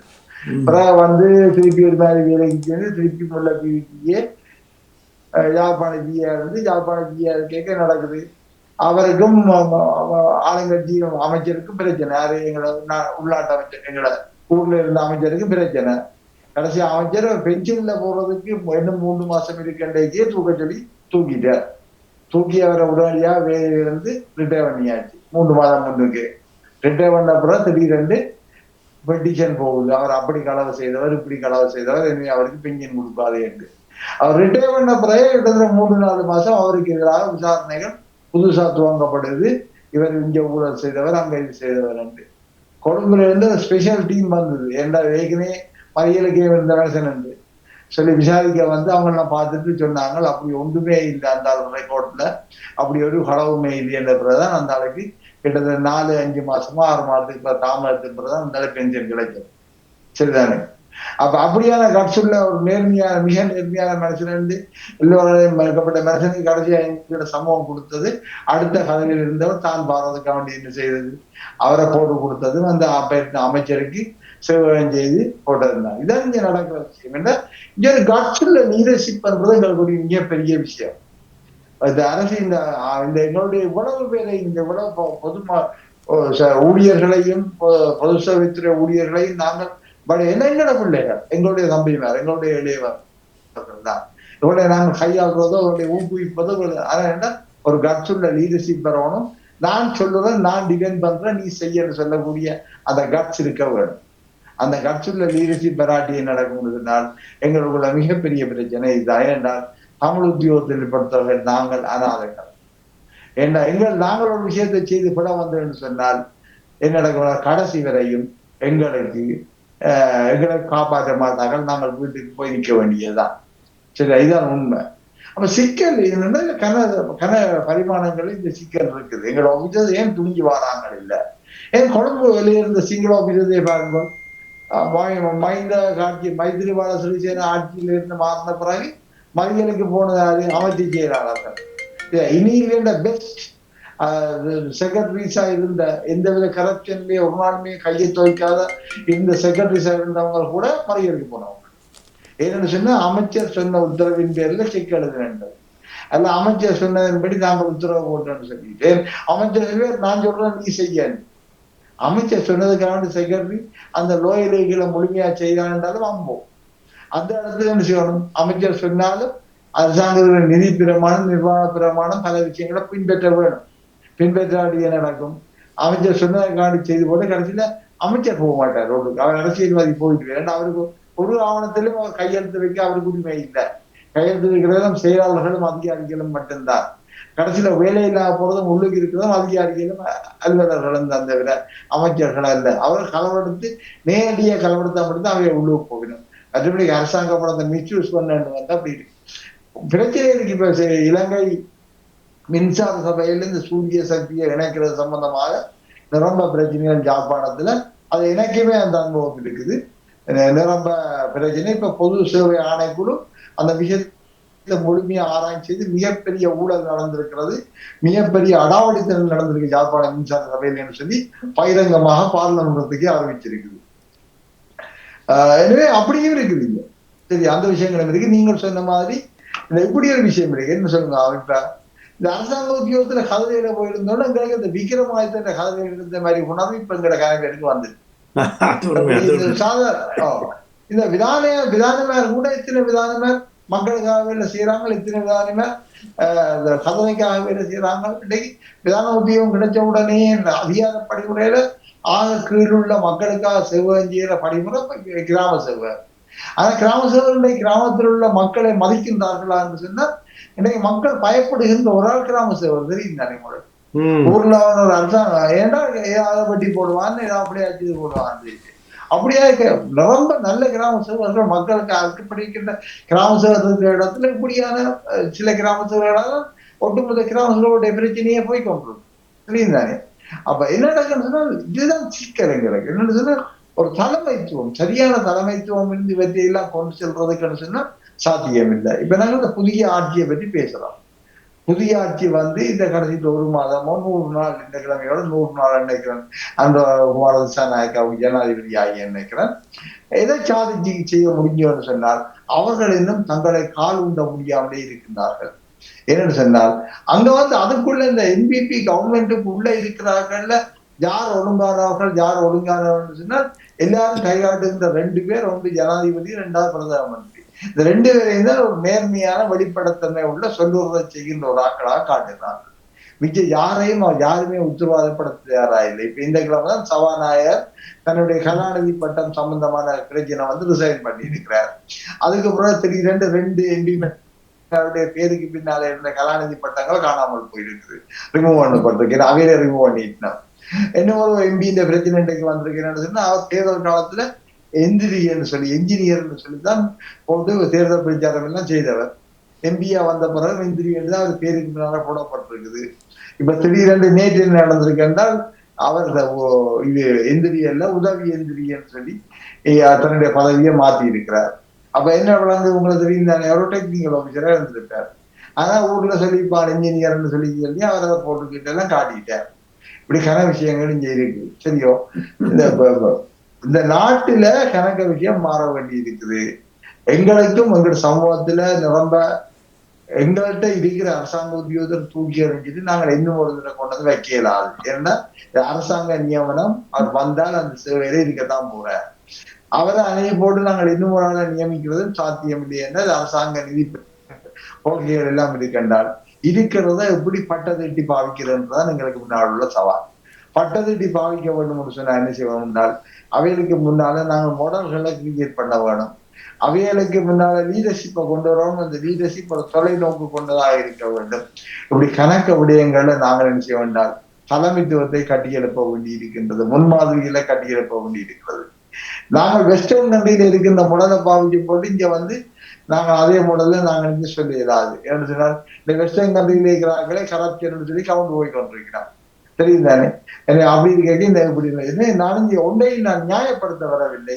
எங்களுக்கு நிரம்ப தென்னிலங்கையில் உள்ள சவாலை விட எங்களுக்கு நிரம்ப சவால் இருக்கு. என்னென்றால் நாங்கள் யுத்தத்தால ஒடுக்கப்பட்டு தோற்கடிக்கப்பட்டு பலவீனப்படுத்தப்பட்டு சிதைக்கப்பட்ட சமூகம். எங்களுக்கு இலங்கையின் தேசிய கொள்கையில வருகின்ற கொள்கையின் அந்த விதிகள் எங்களுக்கு பொருத்தம் இருக்காது.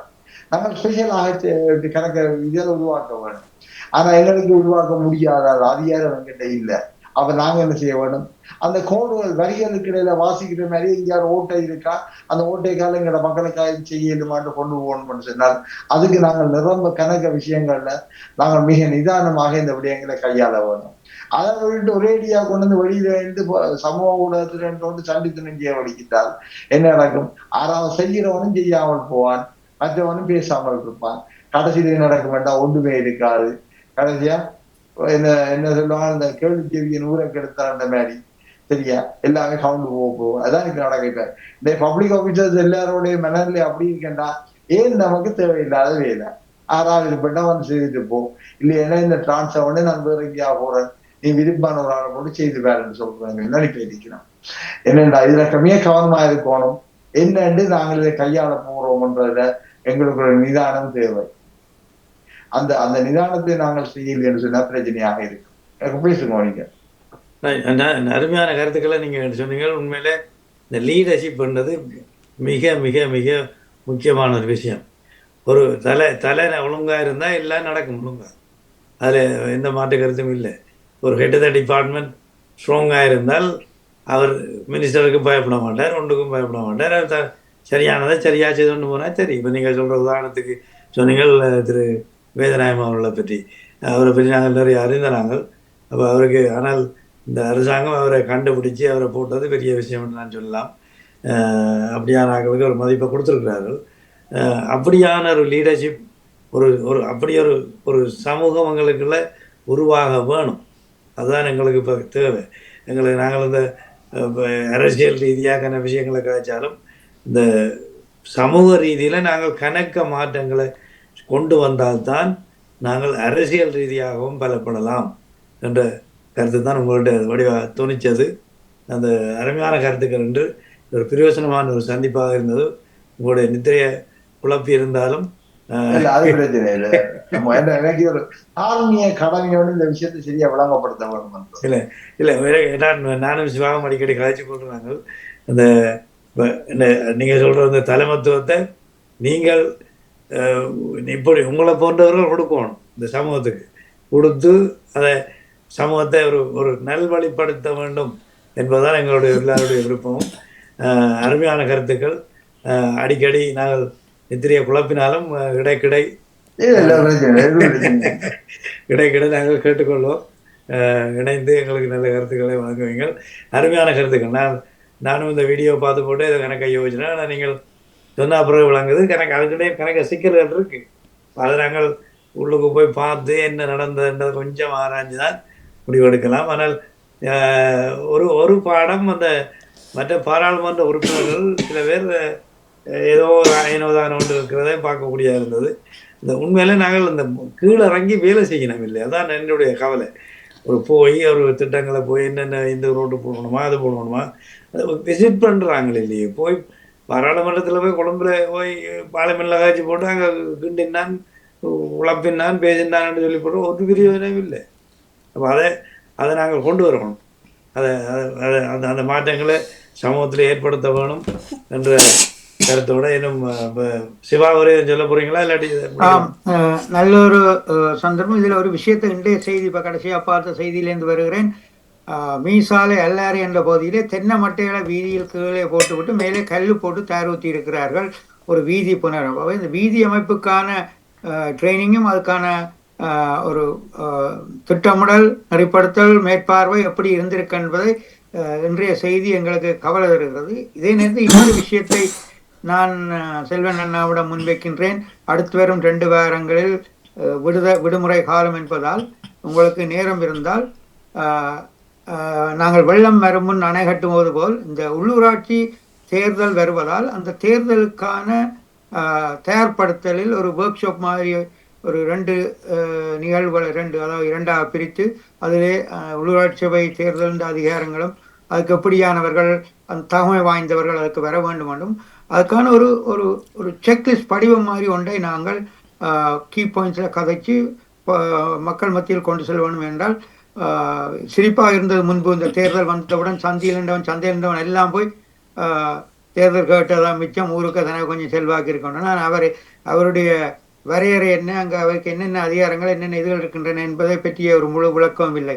இதே போல் தான் மாகாண சபையில் நடந்தது. மாகாண சபைக்கும் மத்திய அரசுக்கும் இடையிலே அந்த அமைச்சர்களுக்கு என்னென்ன வரையறை இருக்கிறது, இவருக்கு என்ன அதிகாரம் இருக்கண்டு சரியாக தெரியாமல் தான் வடமாகாண சபையில் அமைச்சராக இருந்தவர்களும் இருக்கிறார். எனவே நாங்கள் இந்த வர முன் சில ஒர்க் ஷாப்புகளை இப்படியான ஊடகங்களுக்கு கொண்டு வந்தால் கொஞ்சம் நிலத்தில் இருப்பவர்களுக்கும் புலத்தில் இருந்து அவர்களுக்கு ஒத்துழைப்பு கொடுப்பவர்களுக்கும் ஒரு சற்று விளக்கமாக இருக்கும். ஏன்னா இப்பொழுது புலமும் நிலம் இணைந்து பயணிக்க வேண்டிய ஒரு பொறுமுறைக்குள் செல்ல வேண்டி இருக்கிறது எந்த வேலை திட்டமாக இருந்தேன்னு. அதே நேரத்தில் இந்த நிதி பங்களிப்பு என்பது ஒரு தவறான முறையில் நிதி பாய்ப்பும் நடந்து கொண்டிருப்பதால் நாங்கள் அதற்கும் ஒரு புள்ளி விவரங்களுடன் நிதியை ஒரு நீண்ட தொலைநோக்கு சிந்தனையுடன் பாவிக்கக்கூடிய விதத்தில் இந்த தன்னார்வ தொண்டு நிறுவனங்கள் நான் நினைக்கிறேன் கிட்டத்தட்ட 800க்கும் மேற்பட்ட தொண்டு நிறுவனங்கள் இலங்கையை நோக்கி பணம் அனுப்பி கொண்டிருக்கின்றன. ஆனால் அதை மட்டுப்படுத்தி அதை சரியான வழியில் புல்லை ஊடுருவி பயிருக்கு நீர் செல்வது போல் செல்வதற்கான ஒரு கடந்த கால அனுபவத்தில் இருந்து தரவுகளை வைத்து நாங்கள் சற்று உரையாட வேண்டிய தேவை ஒன்று இருக்கிறது. என்ற இலங்கையில் தற்போது பணம் அனுப்ப வேண்டாம் என்று சொல்கிற அளவுக்கும் செய்தி வந்துவிட்டன. எனவே நாங்கள் சற்று ஆழமாக யோசிக்க வேண்டிய காலம் இந்த வருட இறுதி காலம் நினைக்கின்றேன். அண்ணா நீங்கள்? நன்றி. என்னென்னா சிவா, இதுல இந்த உள்ளூராட்சியை பொறுத்தவரை கடந்த பாராளுமன்ற தேர்தல் காலத்துல என்ன முன்னாள் பாராளுமன்ற உறுப்பினர் சுதந்திரன் சொல்லி இருந்தா, நான் பெண்களை தேடினோம், ஒரு இடம் பெண்களை கண்டுபிடிக்க முடியவில்லை. 52% பெண்களை கொண்ட சமூகத்துல பெண்களை தேடினோம், பெண்களை கண்டுபிடிக்க முடியவில்லை என்று சொல்லி எல்லாம் பெரிய கதையெல்லாம் காய்ச்சினோம். அடிப்படையில் சொன்னால் நாங்கள் இவ்வளவு காலம் ஒரு தமிழ் பாராளுமன்ற உறுப்பினரை முன்னகர்த்தினது கிடையாது. மாகாண சபைக்கு கூட இந்த தமிழ் தேசிய கட்சிகள், தமிழ் விடுதலை புலிகள் காலத்துல பத்மினி சிதம்பரம் அனுப்பினது, அல்ல பிறகு இந்த முல்லைத்தீவில இருந்து ஒரு சாந்தியை அனுப்பினதுன்றது வேற ஒரு ரெக்கார்டுமே இல்லை. CWC இலங்கை தொழிலாளர் காங்கிரஸ் அல்லது வேற ஏதோ இது தாங்கள் இருந்த காலத்துல எப்பயாவது பெண்களை முன்னேற்றினார்களா இல்லை, அங்கிருந்து வளர்ந்து வந்த பெண்களை எல்லாம் அடிச்சு விழுத்தியதான் வரலாறு. ஆனா ஜேவிபி இந்த NPP அரசாங்கம் மின்னாமல் முழங்காமல் 2 மலையக பெண்களை, தமிழ் பெண்களை பாராளுமன்றத்துக்குள்ள கொண்டு போயிருக்கு. அதே மாதிரி 3வது பெண்ணாக ஒரு மலையகத்திலிருந்து இடம்பெயர்ந்து கொண்டு போன உடனே மாத்தறையில் இருந்த சிங்கள வாக்காளர்கள் 1.5 லட்சம் பேருடைய வாக்கு பலத்துல வெற்றியடைய செய்திருக்கு. அப்ப அவர்களால செய்து இந்த 20 பேரை பாராளுமன்றத்துக்கு கொண்டு போக முடியும்னு சொன்னால், ஏன் எங்களால இந்த உள்ளூராட்சியில இந்த பெண்களை முன்னகர்த்த முடியாது என்றால், எங்கள்கிட்ட தான் மிக மோசமான ஆணாதிக்கவாதம் இருக்கு. நாங்கள் பெண்களை பட்டியல போடுறதெல்லாம் எங்களுக்கு ஆண்களுக்கு வாக்கு சேகரிக்கிறதுக்கான ஒரு கருவியாகத்தான் பாவிக்கிறேன், வேற பெண்களை முன்னகர்த்துவதற்கான கருவியாக இல்லை. நான் கடந்த 3 வருடங்களுக்கு மேலே இந்த பெண் பிரதிநிதிகள், உள்ளூராட்சி பெண் பிரதிநிதிகளோட தொடர்ச்சியாக அவளுக்கான பயிற்சிகள் அது சொல்லி தனிப்பட்ட கணக்க விஷயங்களே அரசு நிறுவனங்களின்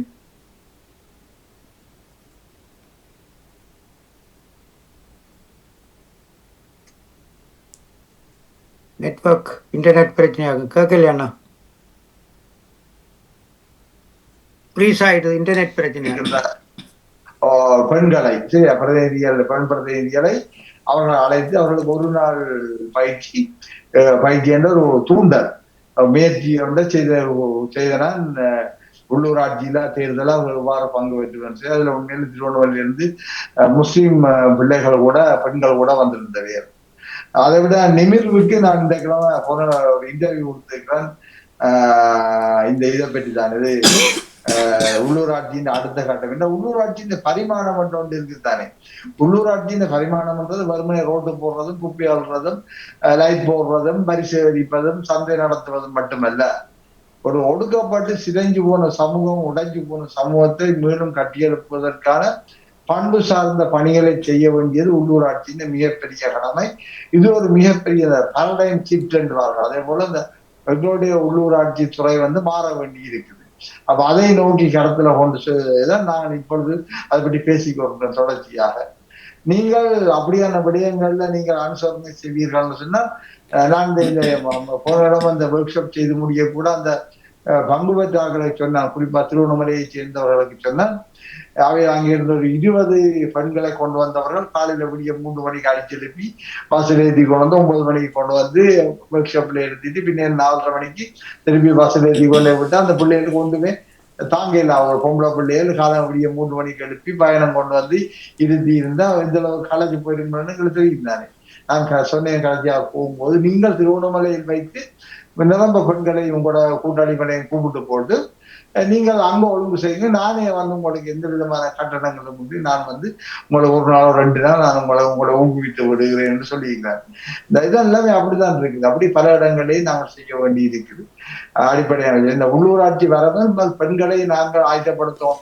என்னுடைய கனவு என்னதுன்னா, ஏதாவது ஒரு 1, 2, 3 பிரதேச சபைகள், உள்ளூராட்சி சபைகளை தனிய பெண்கள் தலைமைத்துவம் கொண்டதாக ஏன் நாங்கள் உருவாக்க கூடாது என்று. என்ன சொன்னா, இந்த ஆண் தலைமைத்துவம், நான் ஏற்கனவே இருந்த பெண் பிரதிநிதிகளோடு கதைக்கும் போது அவர் சொன்ன விஷயம் என்ன, இந்த எங்களுடைய தமிழ் சபைகளிலேயே எங்களை ஆண்கள் கதைக்க விடுகிறார்கள் இல்லை.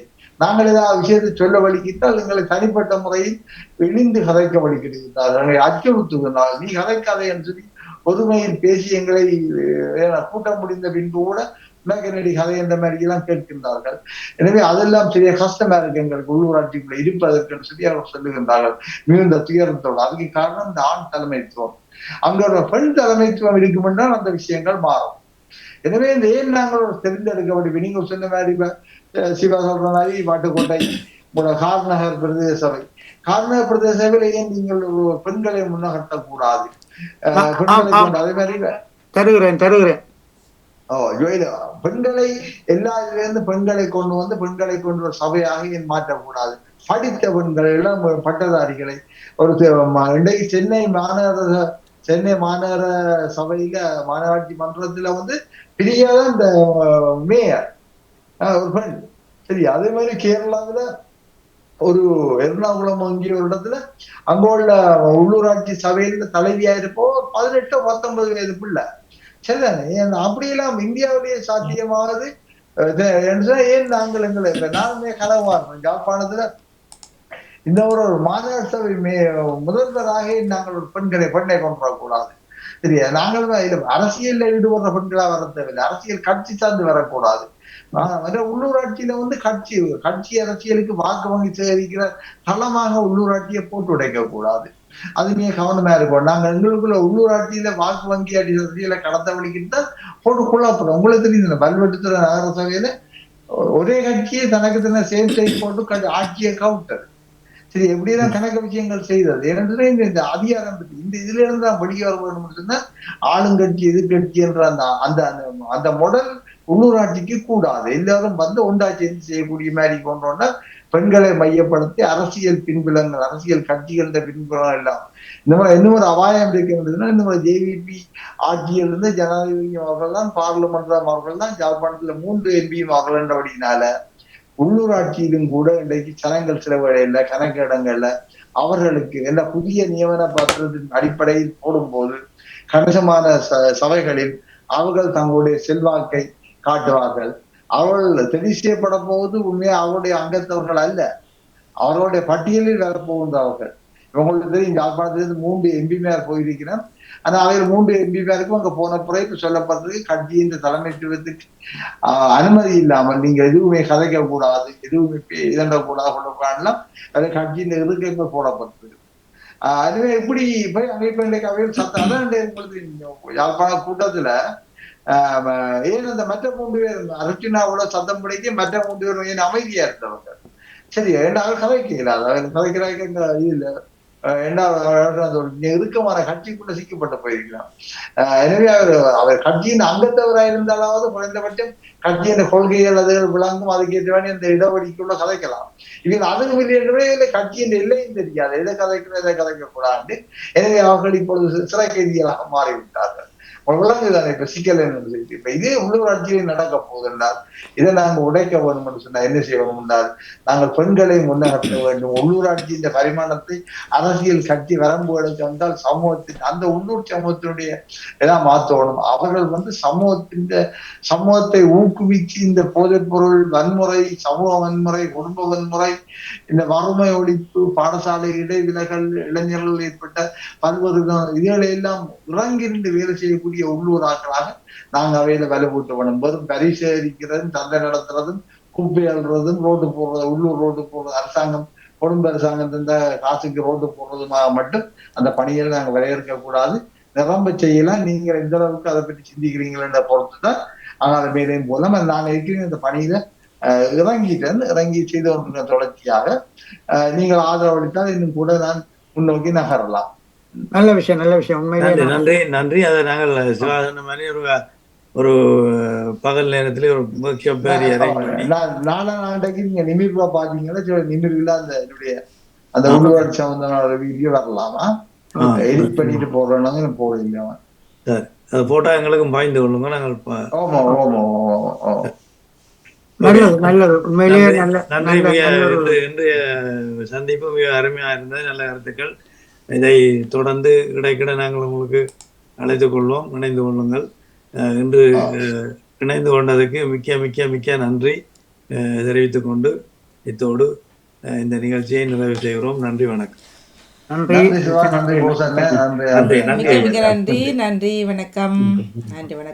வருகின்றது புற சமூக நிஜங்கள் தோப்படு விஜய் போஸ் அவர்கள். நன்றி, வணக்கம்.